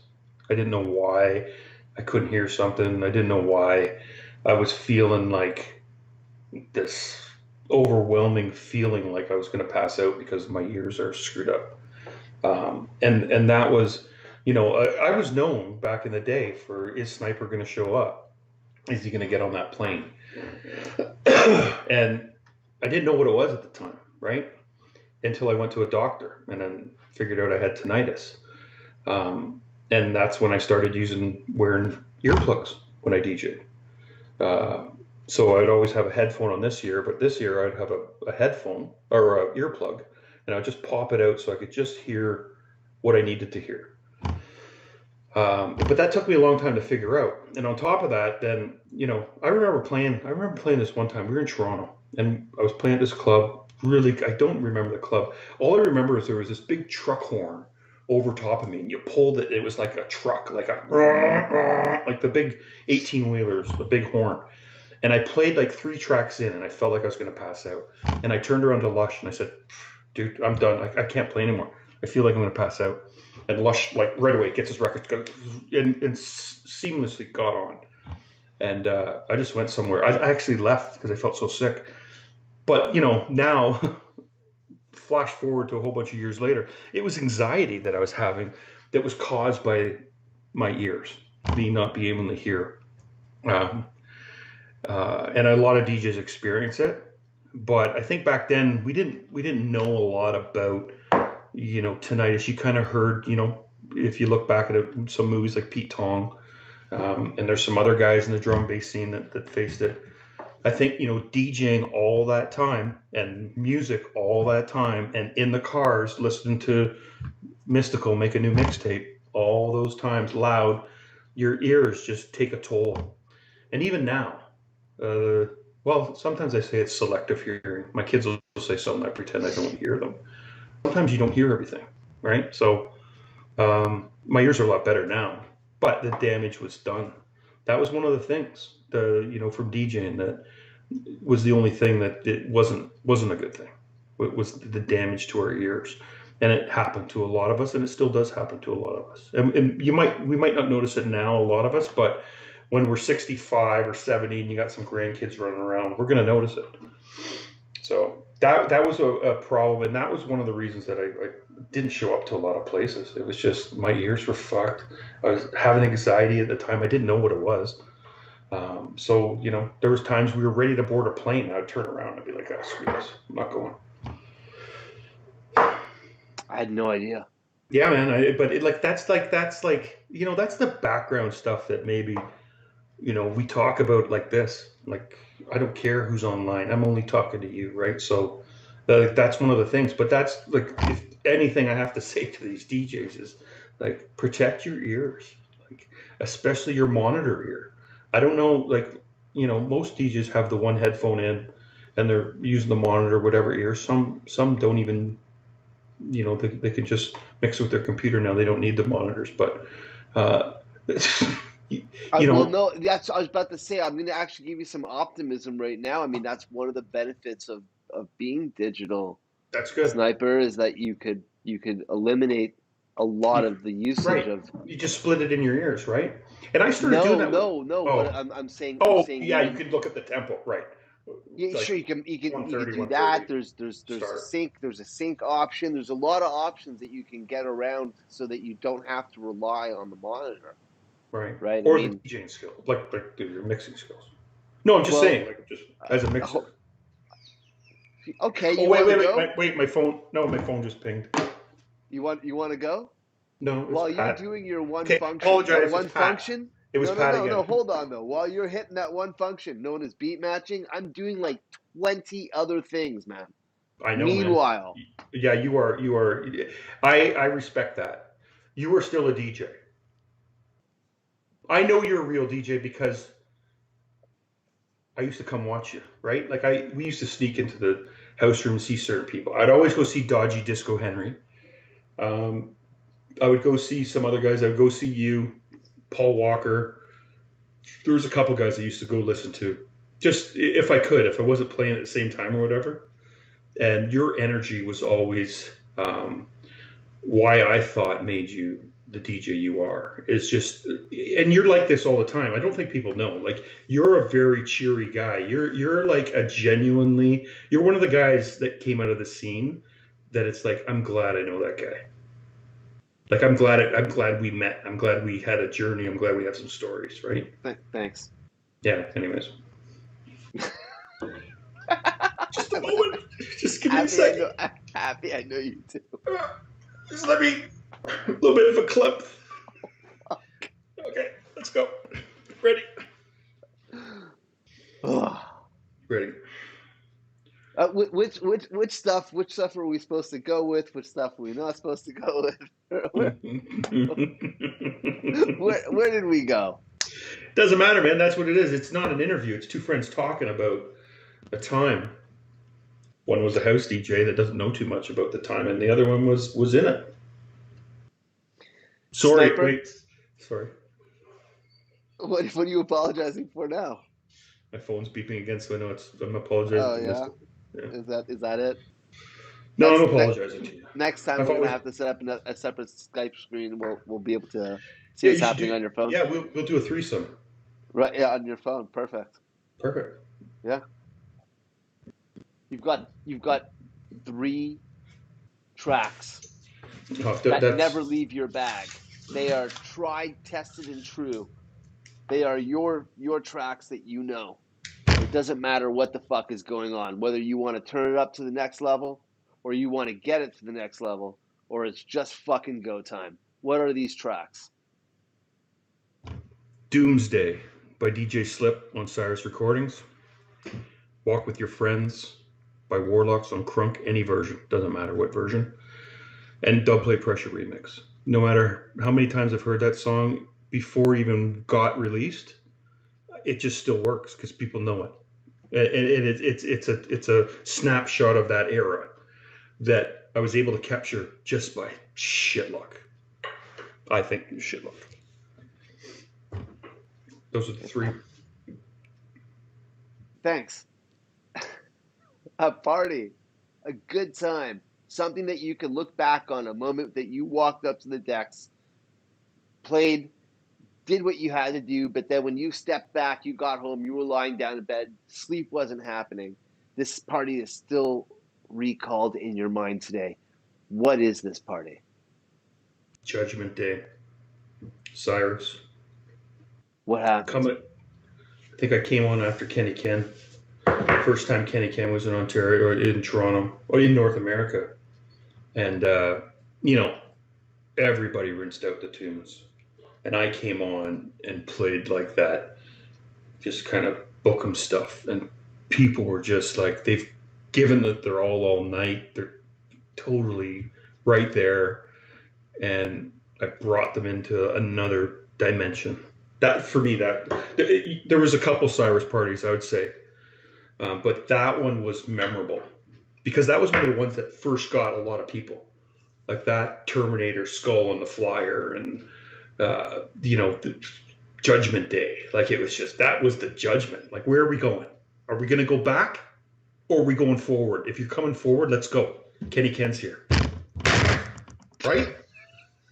It's true. Like that, no, but I still feel that. I still have that flyer. Fucking Really big. Yeah, in my basement. Like I still have that in my mom's basement. So when I go over and listen to records that I'm getting ready for a party, that flyer's there to remind me. Like that was, for me, that was it. Just everything came together. And that was the start. That was the let's go. Press go. We're going. We're not going back. Right? Still the passion. Thanks, man. Love you. You too. Uh, No, it really did. You know that. I do. I'm concerned. I'm concerned about some of your jabs today. Well, I got shit. I'm sorry. I shouldn't have called you Pudding. That was the name I had for you at the record shop. That was I know. actually of all the jabs, probably one that was the least of my concerns. Really? The pudding one? What were the concerns? The mixing? No, let's have a recap. Do you know what I did tonight? I did a green light theme here in the utility room. I tried to have the green. I felt that green was No, dude, it reminds me thematic. of the tunnel. Reminds me of the tunnel. Did Pat talk about the tunnel? Where the oh, there went my metalheads ring. Used to bang on the walls and people were going crazy and like that was like the tunnel. It was like one light, very dark, camo netting. That's why I wore the camo. Like forget the I got a logo, hat. It right? doesn't translate very well. I've got a bit of a camouflagey hoodie thing happening here as well. And we specifically selected a green. At first, it was army green. The first tile I sent you for the promotion for the show, Yeah. it was like an army green, Yeah. and then the second one that followed up had more of a camouflage thing. You know, Everything's done. I even got this is how crazy my DJ name is. I've even gotten U.S. military guys that have sent me their arm patches from Sniper, like that they would wear on their things, and they've sent me this stuff. Sniper, the symbol that they have, T-shirts. Like I can't even go there about the military side of things, which you know I'm not going to go to. But anyways, yeah, it's like stuff like that. Isn't that cool? Like, right? Like I'm not.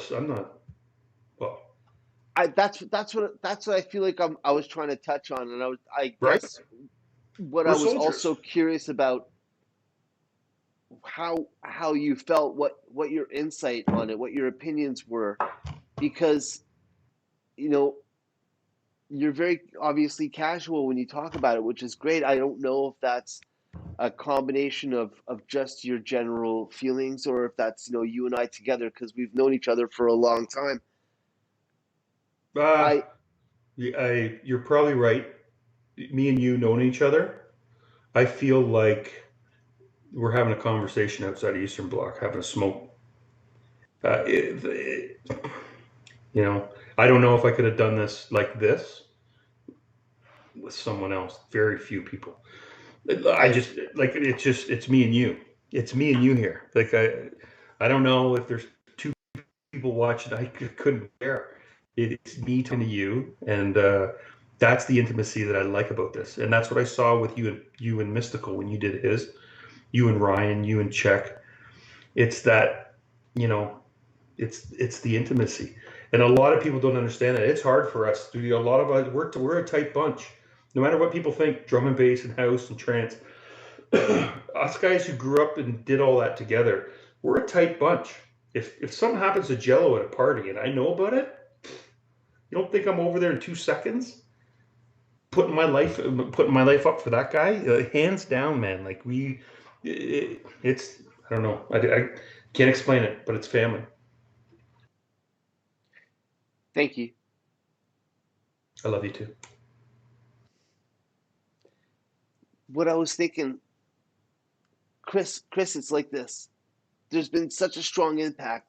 We talked about this from what you guys were up to, and not just you. When I say you guys, I mean I'm obviously this is Utility Room with Sniper. Everyone has their version of the story. Yours is really important. I think so. From my opinion, where I am and what I saw, I felt that there was a strong influence that was happening from Vinyl Syndicate.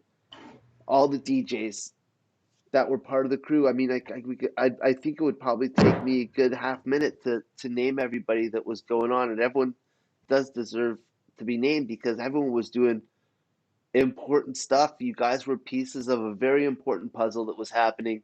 Toronto really was highlighted globally for what was going on with drum and bass. The impact that you guys were making musically, I feel, is still having a form of effect today. That's cool. it's incredible. I'm not sure how much of it's been documented, because this is important musically, not just for Toronto, but for Canada. Being a Canadian, I could only imagine, what it might be like now to be like where we were. Me getting started in electronic music really, really, really 17, 18 years old. Uh, it, 17 and 18-year-olds right now, I'm not quite sure how they'll come across drum and bass. But if they do, one of the reasons why will be because of what happened with Bible Syndicate with you guys. This Well, that's is pretty cool. Right? I think about that. I think about the guys coming up and how hard it is, especially right. now. So much Yeah, more. But I think there's more channels for them to get their music out. And, you believe in something and you keep trying and you perfect that. I mean, you get rewarded, like in anything you do. Music and DJing is no different. I think now the different shift is the producing side of it is so key to it, right? You make the music and you get your tunes out there, and then you go out and you kind of promote your tunes that you're making and that sound that you're making. I think that's the shift from when we were younger and we were DJs and there was producers and we were playing those producers' music, and the producers kind of stayed away from DJing until it started shifting and they started doing these albums and then they started doing these tours and and all that kind of house, because house guys were they're making their own music because they wanted to keep that sound. Richie Houghton and those guys, they were DJing, they're making their sound as well. So I think with drum and bass guys today, you keep perfecting your sound, the sound quality of stuff, the production's so good now. I mean, even the crap songs sound good. Like it just, and I do feel it's harder for them, but I feel that there's more channels. I feel it's more international now. It's not that old school hierarchy from London. There's a whole wave in North America of really good producers that are doing stuff. So it's good to see where it's at. Although I like to see it bigger, but if just for these guys to experience like that. But I think dubstep really had its time for a while, and really DJ Hype and DJ Zinc were the creators of dubstep. That's my opinion. But because they were doing those slow down beats in their songs. But anyway, 100 people will argue that. Millions of people argue that. But I think they were. I think DJ Hype and DJ Zinc, they were the creators of dubstep. Anyways, would you look to a time when you can play music? This thing that you brought up earlier in the show, you said that you could be ready real quick if you mm-hmm. had to. Like, if you got a call, for example, if there was no lockdown and an Josh, there's a absolute record ideal. bag. There's a record bag in my front hall closet here. Not even over it down at my mom's place. There's a record bag right here. And you That's trust records. it. You trust it right now. You don't no repack. You trust it where it's at. You Hundred lift up percent. and go. 100%. And it doesn't matter. They're just tunes I like. But I know that people like them. And that's the thing. I always play tunes I liked.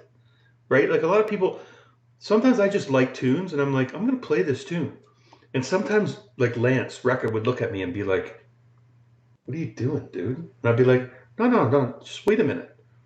Or like Lance was really, when Lance and I DJ'd, he was my gauge with a lot of stuff. He would tell me, yeah, keep that one in your bag. Or what are you playing that for? I played this one song. I loved it. He hated it. And every time I played it, he would just turn the mic and turn it off and go back, have a drink. But like, you have to gauge people. There's certain people in the audience that I would gauge too, friends that I knew, or people, do they like the, like, how are these people reacting to it? I don't know, but that's how my bag's set up. Like we have a friend, Christy, that, one of her favorite songs is Brand New Funk by Adam F. And I'll have it in my bag because if Christy's at a party, I'll play it. Like, it's just like, there's stuff like that. I have another person that likes another track. I'll have it in my bag because I know they like it. Like it's really weird how we are, but it's like, it's there's just, I don't know how to explain it. I play the music I like. I don't play the music I don't like. If If I don't like it, I don't play it. Mystical could go on about a track, Lush, Marcus, everyone could be playing it. If I didn't like it, I wouldn't play it. I only played the tunes I liked. I never played something I was forced to play. And you know what? And it's funny because I think that's a reason I didn't play a lot of our stuff all the time. Is because some of it I didn't feel up to par as a DJ to play it. I thought it was good. I thought it was good to release. I put it out. I promoted it sometimes at the beginning or other DJs. But, you know, when it comes back to a party, I might not play it sometimes. Even my own record label stuff. I'm supposed to be the guy I'm supposed to be the biggest promoter of a record label. So, you know, that just goes to say that's my DJ thinking, right? I'm not going to throw this tune on just because it's on my record label. I'm only going to play the good tunes. Anyways, or tunes I like. I know it's kind of weird, but that's like the mind of a DJ, I think sometimes. The mind of Sniper. The mind of Sniper for sure. That's what we've had here today. We've had the mind of Sniper. I hope it didn't come across like I'm a good person now, right? Like I've had to learn You're how a to. good person now? Yeah, like I mean, I'm not as aggressive. Well, I don't know. Kids' school parking lot sometimes is a little tough. I have to navigate and not get out and get in someone's face. But in the business world, I've really figured out now, you know, okay, I can't call this guy and yell at him because I'll get fired. Like I had to figure that out. Is that what was happening? We were doing a lot of phone calls back and yelling at people. What? Back then? Yeah. Well, I kind of, like I said, I wore my heart on my sleeve. So, you know, until the politicians came in and had to straighten me out and take me out for the little talking at, what was that place across the road? Vinny's. Remember Vinny's? Where you used to go? I was trying to talk. You guys used to troll me. Don't forget, I used to walk over to the place in the corner. I think it was called Food E or Fond E. Yeah. It was a sushi place. Yeah. My lunches were like $20 or something back Yeah, then. I'd come back. I'd be eating sushi. You guys are all looking at me like, what are you doing? What are you doing? Yeah, if you saw me going over to Vinny's with Robbie and Pat, Robbie and Mystical, you know I did something. So I'd be like, okay, whatever. Right? Come on, Chris, be nice. You're a reflection of us. Fuck, I'm a reflection of Heart Lake. Like, I don't know, whatever. You stick up for your family, right? You stick up for your brethren. Anyways. Was it that because of this background that you were, you know, coming from, was drum and bass, is this associated with a tougher attitude? Or was it's aggressive music. What? Or drum and bass what? I was gonna say, is it more of like a hippie thing? Is there more of a Come on. What are you talking about? Don't even say those. You're gonna get beat up. Don't go on like that. Come on, you know how we are in drum bass. You don't say a hippie thing, man. Jesus, Josh. I got friends that are probably watching from Heart Lake up here. Don't go on about fucking hippie shit. Drum and bass. Listen. The first time I went to AWOL in London, Paradise Club. So it was the first time I met GQ. And I think Pat was with me too. We went into AWOL. Our friend Slipmaster J, which is a whole nother story that we haven't even touched on. He ran a shop called Lucky Spin. But Slipmaster J got us into AWOL. Excuse me, we're on the guest list. We couldn't get into the club at first because Slipmaster J wouldn't take off his shoes. And the bouncer said, you know, take off your shoes. And the bouncer, he had about 6 inches on me. And Slipmaster J took off his shoe and threw his shoe right in the bouncer's face, like to sniff it. This bouncer was gonna pummel him. And I got in between him and I'm like, dude, he's my friend, you know, like he's just coming with us to like get us in. We're all the way from Toronto. He said, oh, you're from Toronto, mate. And then we had this whole conversation and then the bouncer let us in and then finally we got Justin in with us. When you're on a guest list for AWOL at Paradise, you all get a little complimentary pill when you walk in. So we all get into the club. I think we gave our pills to our friend Justin. making sure the kids aren't outside. And then we get inside right up to the DJ booth. But it took us a while to get up to the DJ booth because what? What? It took us a while to get up to the DJ booth because you had to walk by all these like London yardies. Like these are guys that it's not like in America with the guns. These guys, they'll have a proper knuckle up with you. And trust me, I know because I've done it in London. So we finally get up to the DJ booth after probably avoiding, 3 or 4 fights because mystical politician is with us and gets us through the crowd. We get up to the DJ booth and so that was the experience, just to get through the crowd to the DJ booth. And then the whole rest of the night we just sat beside the DJ booth, GQ on the mic. It was like recorded. It was like everybody, Mickey Finn, Groove Rider. It was what? And we stayed there. I remember I have a picture of us sitting it was this back place behind Paradise called the Bunker. So there's me, DJ Rap, my brother, Darren J, Slipmaster J. I think there was a couple other people there. And we're sitting, someone takes a picture from up on the staircase looking down at us. And it's like, we're all having a smoke. It's like sun's coming up 6 a.m. And I realized, I'm like, yeah, this music's like that's me. I like this. This is like, that's it. I could walk through that crowd in London. And, so I'm like, yeah, let's do it. Let's do it in Toronto. And then when I think it was really ravey, right? Like in the early days, it was ravey. But then when honestly, the majority of kids from Brampton, almost all the kids from Heart Lake came. Unless they're the preppy crowd or the ones going to university or whatever, the ones getting the education. But all the other kids that the group was so big. Like my friend Tyler who did this shirt, right? Heart Lake Massive. So Heart Lake Massive, right? Junglist. He did these shirts. And Tyler, my girlfriend when I was in grade 8 was Tyler's babysitter.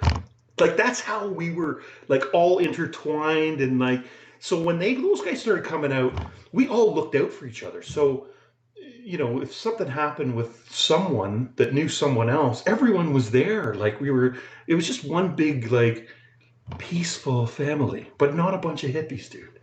Hippies? You won't be playing up in Brampton much lately, I don't think. I'm joking with you.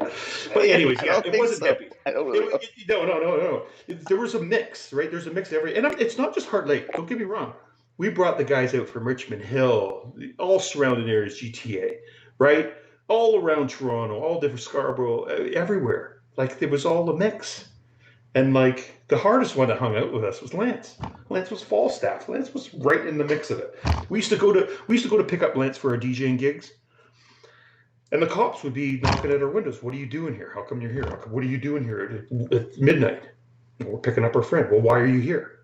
Because we're picking up our friend. Well, what are you doing? Are you buying drugs? Fuck off, man. I'm picking up a friend. Is it a crime to pick up a friend just because I'm here at 3 buildings in Falstaff near Gina Finch? No. Fuck off. Are you gonna charge me? That was our normal conversations with cops at night. Because Lance lived in a bad area. So all the time. It was ridiculous. But that's the way we grew up. That's why we didn't carry ID on us. You get it? Yeah, I'm listening to you. It's pretty wild. Listen, I really appreciate you being with us here tonight and sharing all of these stories. Are you done? I mean, yes. You're right. You're not. I'm not good enough for. You're a good 25 minutes longer. Really? Yes. I beat Pat. Pat's the talker. You're officially the longest episode of Utility. Seriously. And yes. I made I didn't make fun of you, but. No, you did. You made fun. You made fun of me. I feel like you made fun of some race, some religion. You've been pretty. I want to say. Yeah, but want to know something? Let me tell you something about race and religion and all that stuff. Where we grew up in Brampton, we grew up with every type of race, right? So we were friends with everybody. There wasn't this guy's this. We would joke all around about it, I'd be called every name in the book. Wouldn't matter. We knew it was a joke. Like people have to like, I don't know, this whole thing in the U.S. I'm not going to get political, but people in Canada are different, and we should take pride in that. We respect each other. I think the majority of us do. That's the way most of us grew up. If whether you grew up in Scarborough, Richmond Hill, Toronto, Mississauga, wherever you grew up, we're a little. We're better people than that here in Canada. So race, I can joke with you about it because you've known me for years, and you can joke back with me, and we mean no harm. It's just a funny thing we do. Same with Lush, right? I don't hold Lush, anything against Lush because his family was from Israel or whatever. I don't give a shit. Brad doesn't give a shit. We're all from here, really. In the end, we're Canadians. Canadians aren't like that. So, anyways, you've always known that about me. So, although I do like the beard, I like that. I feel like I'm looking in the mirror and I'm seeing my brother that I haven't seen for a long time. You always had like a good thick facial hair thing, but you were always really clean shaven, right? You were clean shaven. You were the clean shaven kid who was always, you know what, Josh? Even when you were mad, you were happy. When I knew you, I thought you were on pills all the time. I used to say, Pat, who the fuck's this pudding kid? Is he always on pills or whatever? He's like, listen, his name's not pudding, it's Jello, and that's just the way Josh is. And I was like, oh, okay, he seems pretty cool. Maybe I'll start calling him Jello. Okay. You know what? I'll just call him Josh. Because I get it mixed up. Jello, pudding, the whole thing. I do. It was I like confusing. to think to myself that if there's some stuff that, for people, all of us have problems.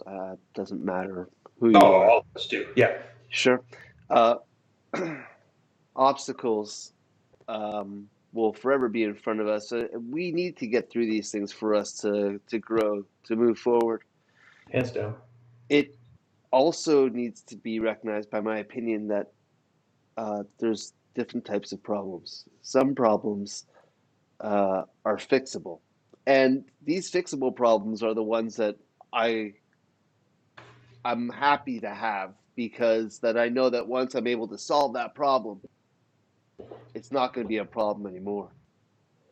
And I live like this, Chris. I try to think to myself that you know it could always be worse, and fuck knows I don't want that. Mm-hmm. Right? I'm glad I live where we do. You mean Canada. geographically?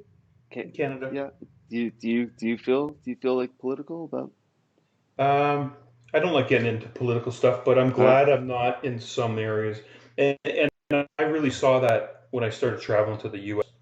and realized what segregation of different areas and different places were. Um, and I was glad to come home and see my friends that lived in the same neighborhood as me. And the majority of my friends weren't living in one area. Yeah, there's different class areas, poverty areas, and that, but uh, I don't want to get into it. Because you could say one thing that pisses off someone, and I'm not like that, No, right? no. Like, Listen, yeah, no. We're not here to do that. If no, anything, I feel like there's so much other content that's out there that you can get that from. yeah, That's not where. That's just yeah, not and where. I don't want to upset anybody because I have Yeah. friends of all races, and to me, we all bleed red. Well, I know one thing is that I appreciate you. Thank you. Thanks for all of this. Yeah, I appreciate you. Not Like not we not had good not just times. not just the show. No, no, no. I'm glad that this was you because we've probably had these conversations, Not you like know. this, actually. Well, no, this was a little bit more personal, I think, which was good. And I'm glad that I had it with you, if that makes sense to you without being too gay. Because I I appreciate know you you taking the are. Like, time to or, be like, with yeah, I me don't as want to touch well. on that, right? We're not talking about E- e- sexuality here. even But, even with your no, off-colored remarks throughout the yeah, podcast. yeah, yeah. But like, that's like, it's a slip of the tongue. It's like an Irish thing. It's a slip of the tongue. So, yeah, anyways, Are you Irish? yeah, 100%. Actually, I'm more Irish than anything else. I did my DNA thing a couple years ago. right? Native American, Mohawk, which I knew. Pat and I knew that we had Native American blood in us. What? You know what? I can't go there now Oh, because I know that you're just gonna laugh what I I'm gonna just say. no, I just it's one of No, those. okay. It's just I don't know So what I don't know. you know what, Josh? No matter what all I you genuinely say, don't know what to do. no matter what all you say, I have Native American blood, so I was here first. So whatever. So we're gonna wrap it all up. I can't believe I talk longer than Mystical Influence, the politician, the storyteller. Are you going to edit this down so that I'm not? I can't. It's live. I Oh, can't okay. edit it. It's literally happening as it's going. And Wow, then that's I'm pretty not. cool. How can me and you and Pat were closer than me and you, right? Like, because I never knew your DJ name when we first met. I was always like confused. I always thought of Bill Crosby. Why did I think of Bill Crosby? I don't know. It's Cosby. Cosby? Yeah, Bill Bing Cosby. Crosby. That's somebody else. Whatever. Yeah, we probably should be talking about the other guy either. Oh, right. Yes. Right. Right. Yeah.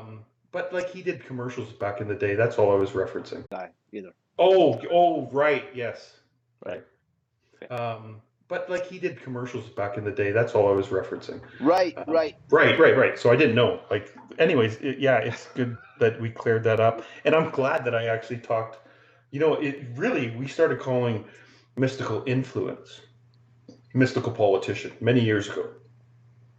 Many years ago, that was a private joke that mystical influence did not know. And by the way, did you want me to tell you the truth about his DJ name? Because he lied. Pat lied. Yeah. On Utility Room. Yep. Okay. Him and his friends were all feeling really happy, and they were sitting in a car listening to I think it was a Dr. No tape, and they were all doing Jolly Ranchers because Jolly Ranchers just tasted the best, and they came up with the name Mystical Influence. Part of it was true, but the setting wasn't true. You know what I mean? Do you remember that music Acid House? I think they were involved with some sort of acid house, eating Jolly Ranchers in the car, and came up with the name Mystical Influence. I'm just saying that's the way I know it. So evolution through a trip. Trip to the Moon. Yes. Trip to the moon. One of the songs that got us in. And you know what? My brother and I met Asen in a friggin', I think it was a Pizza Hut in London. Out of like just shit luck. We were in this Pizza Hut because we had no money to eat, right? All of our money went to dub plates and records. Like when we initially had to start. And this fucking guy, I remember he had long hair, ponytail, and we started talking to him, and it was Asen. And we sat down and had Pizza Hut with Asen in this like really shitty Pizza Hut in London. That's how I met Asen. And it was just like, kismet. Like, how did we meet this guy? Like, he was the one, trip to the moon, all that. Like, oh my God. That's another insane story. Like how we ran into people in London. Anyways, that was a cool one. Sorry, I'm over time. I don't want to be No. It's good. Yeah. And actually, so I'm just gonna say it because it's been on my mind since I had arranged for us to be together for Utility Room, and do this. Was that there was no way that we would be able to get everything. I felt that it was the same. I felt it was the same with Mystical Influence, and that it would be pretty awesome to have both of you guys at the same time on Well, the he would do show. all the talking. I let him do all the talking, right? If it was me and him on the show, he would do all the talking, and he would Listen, correct me. I'm gonna right away. Now I got you, and I'm just gonna say bullshit. Here we Really? are. Yeah, 2 hours, 16 minutes, 9 seconds as of this exact That's moment. insane. And That's where. you guys were the close ones. Like you guys were the ones going for lunches, expensive lunches for sushi. Well, now And I'm gonna start thinking that you've got a bit of truth in your jest when you say that. Like, yes, maybe but you know what it was is that you were upstairs a lot more and Pat was on the floor a lot more. that's true. Okay? So because Pat was on the Yeah. floor a lot more, yeah. Yeah, And you then guys were just thinking about Toronto. I was thinking about all of North America. You're right. I get it. Yeah. I get it. Yeah. Big picture, bigger picture. Yeah. It's okay. Okay. Marcus should have called me the visionary. That was Marcus's name, See, right? Right, Marcus Visionary. you have some hot takes, Sniper. Thank you. Yes. Yeah. I'm glad I saw you. I'm glad we had this.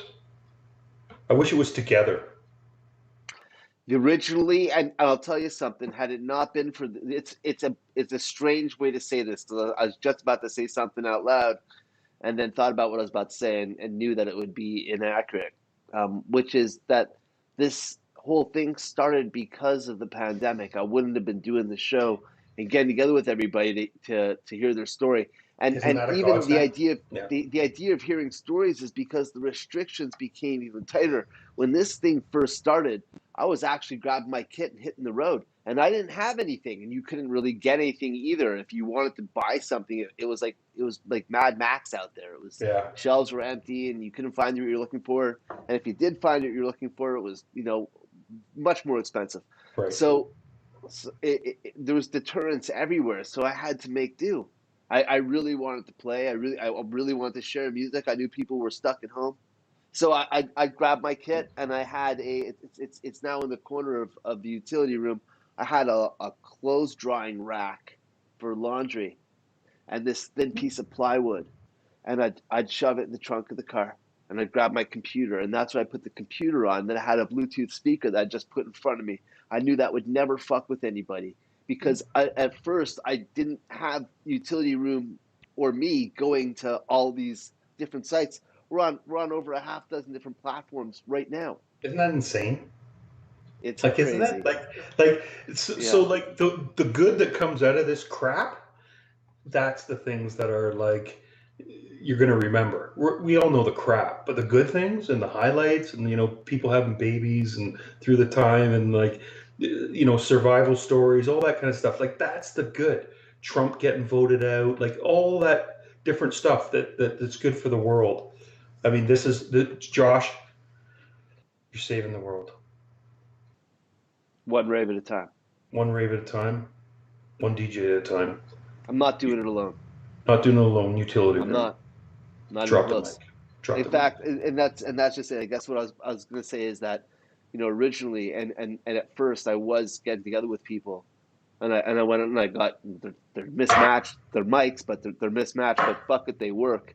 And and that's what it was. I was grabbing stuff here and there where I could, just trying to make stuff work, and just so we could be together, and even though we're not together, we're still together.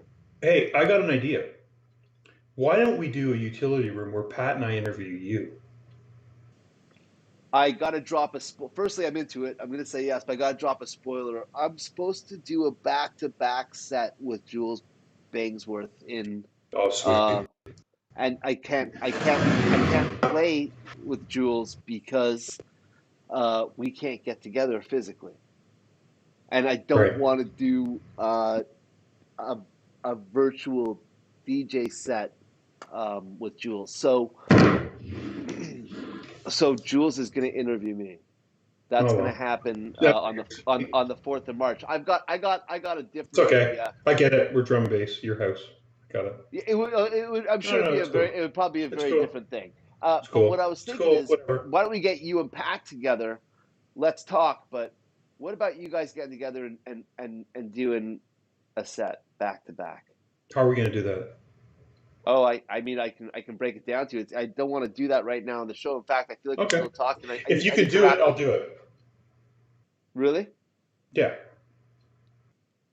I always win though. When Pat and I play back to back, I always win. So it doesn't matter. It's funny It's a you competition. brought that up. You're making me flash because you brought up the competitiveness, and I wanted to talk to you a bit about that with the DJness and the DJness, but not just with mystical influence, but just the idea, but with drum and bass, how you guys were playing one after another, or what it was like in the record shops. This is a totally separate conversation. You want to know? I Yeah. I Okay. want, I want, You I want to do have want to know, but that? I also want to stash it. I want to get there. Perfect. The It's very a good idea one. that I think Pat is coming back, um, in the summertime. Fingers crossed, assuming Yeah. that there's life, there's something Yeah. that's Yeah. happening Yeah. in the summer. We'll do it then. Fuck yes. Yes. Fuck yeah. Hell yeah. Right? Yes. Okay. Yes. Yeah. Love you, Josh. Thanks for this. You too. Hey, for all of you all that are absolutely awesome sauce for tuning in, that is Sniper. I am Jello. This is Utility Room. Thanks for tuning in with us. We'll see you soon.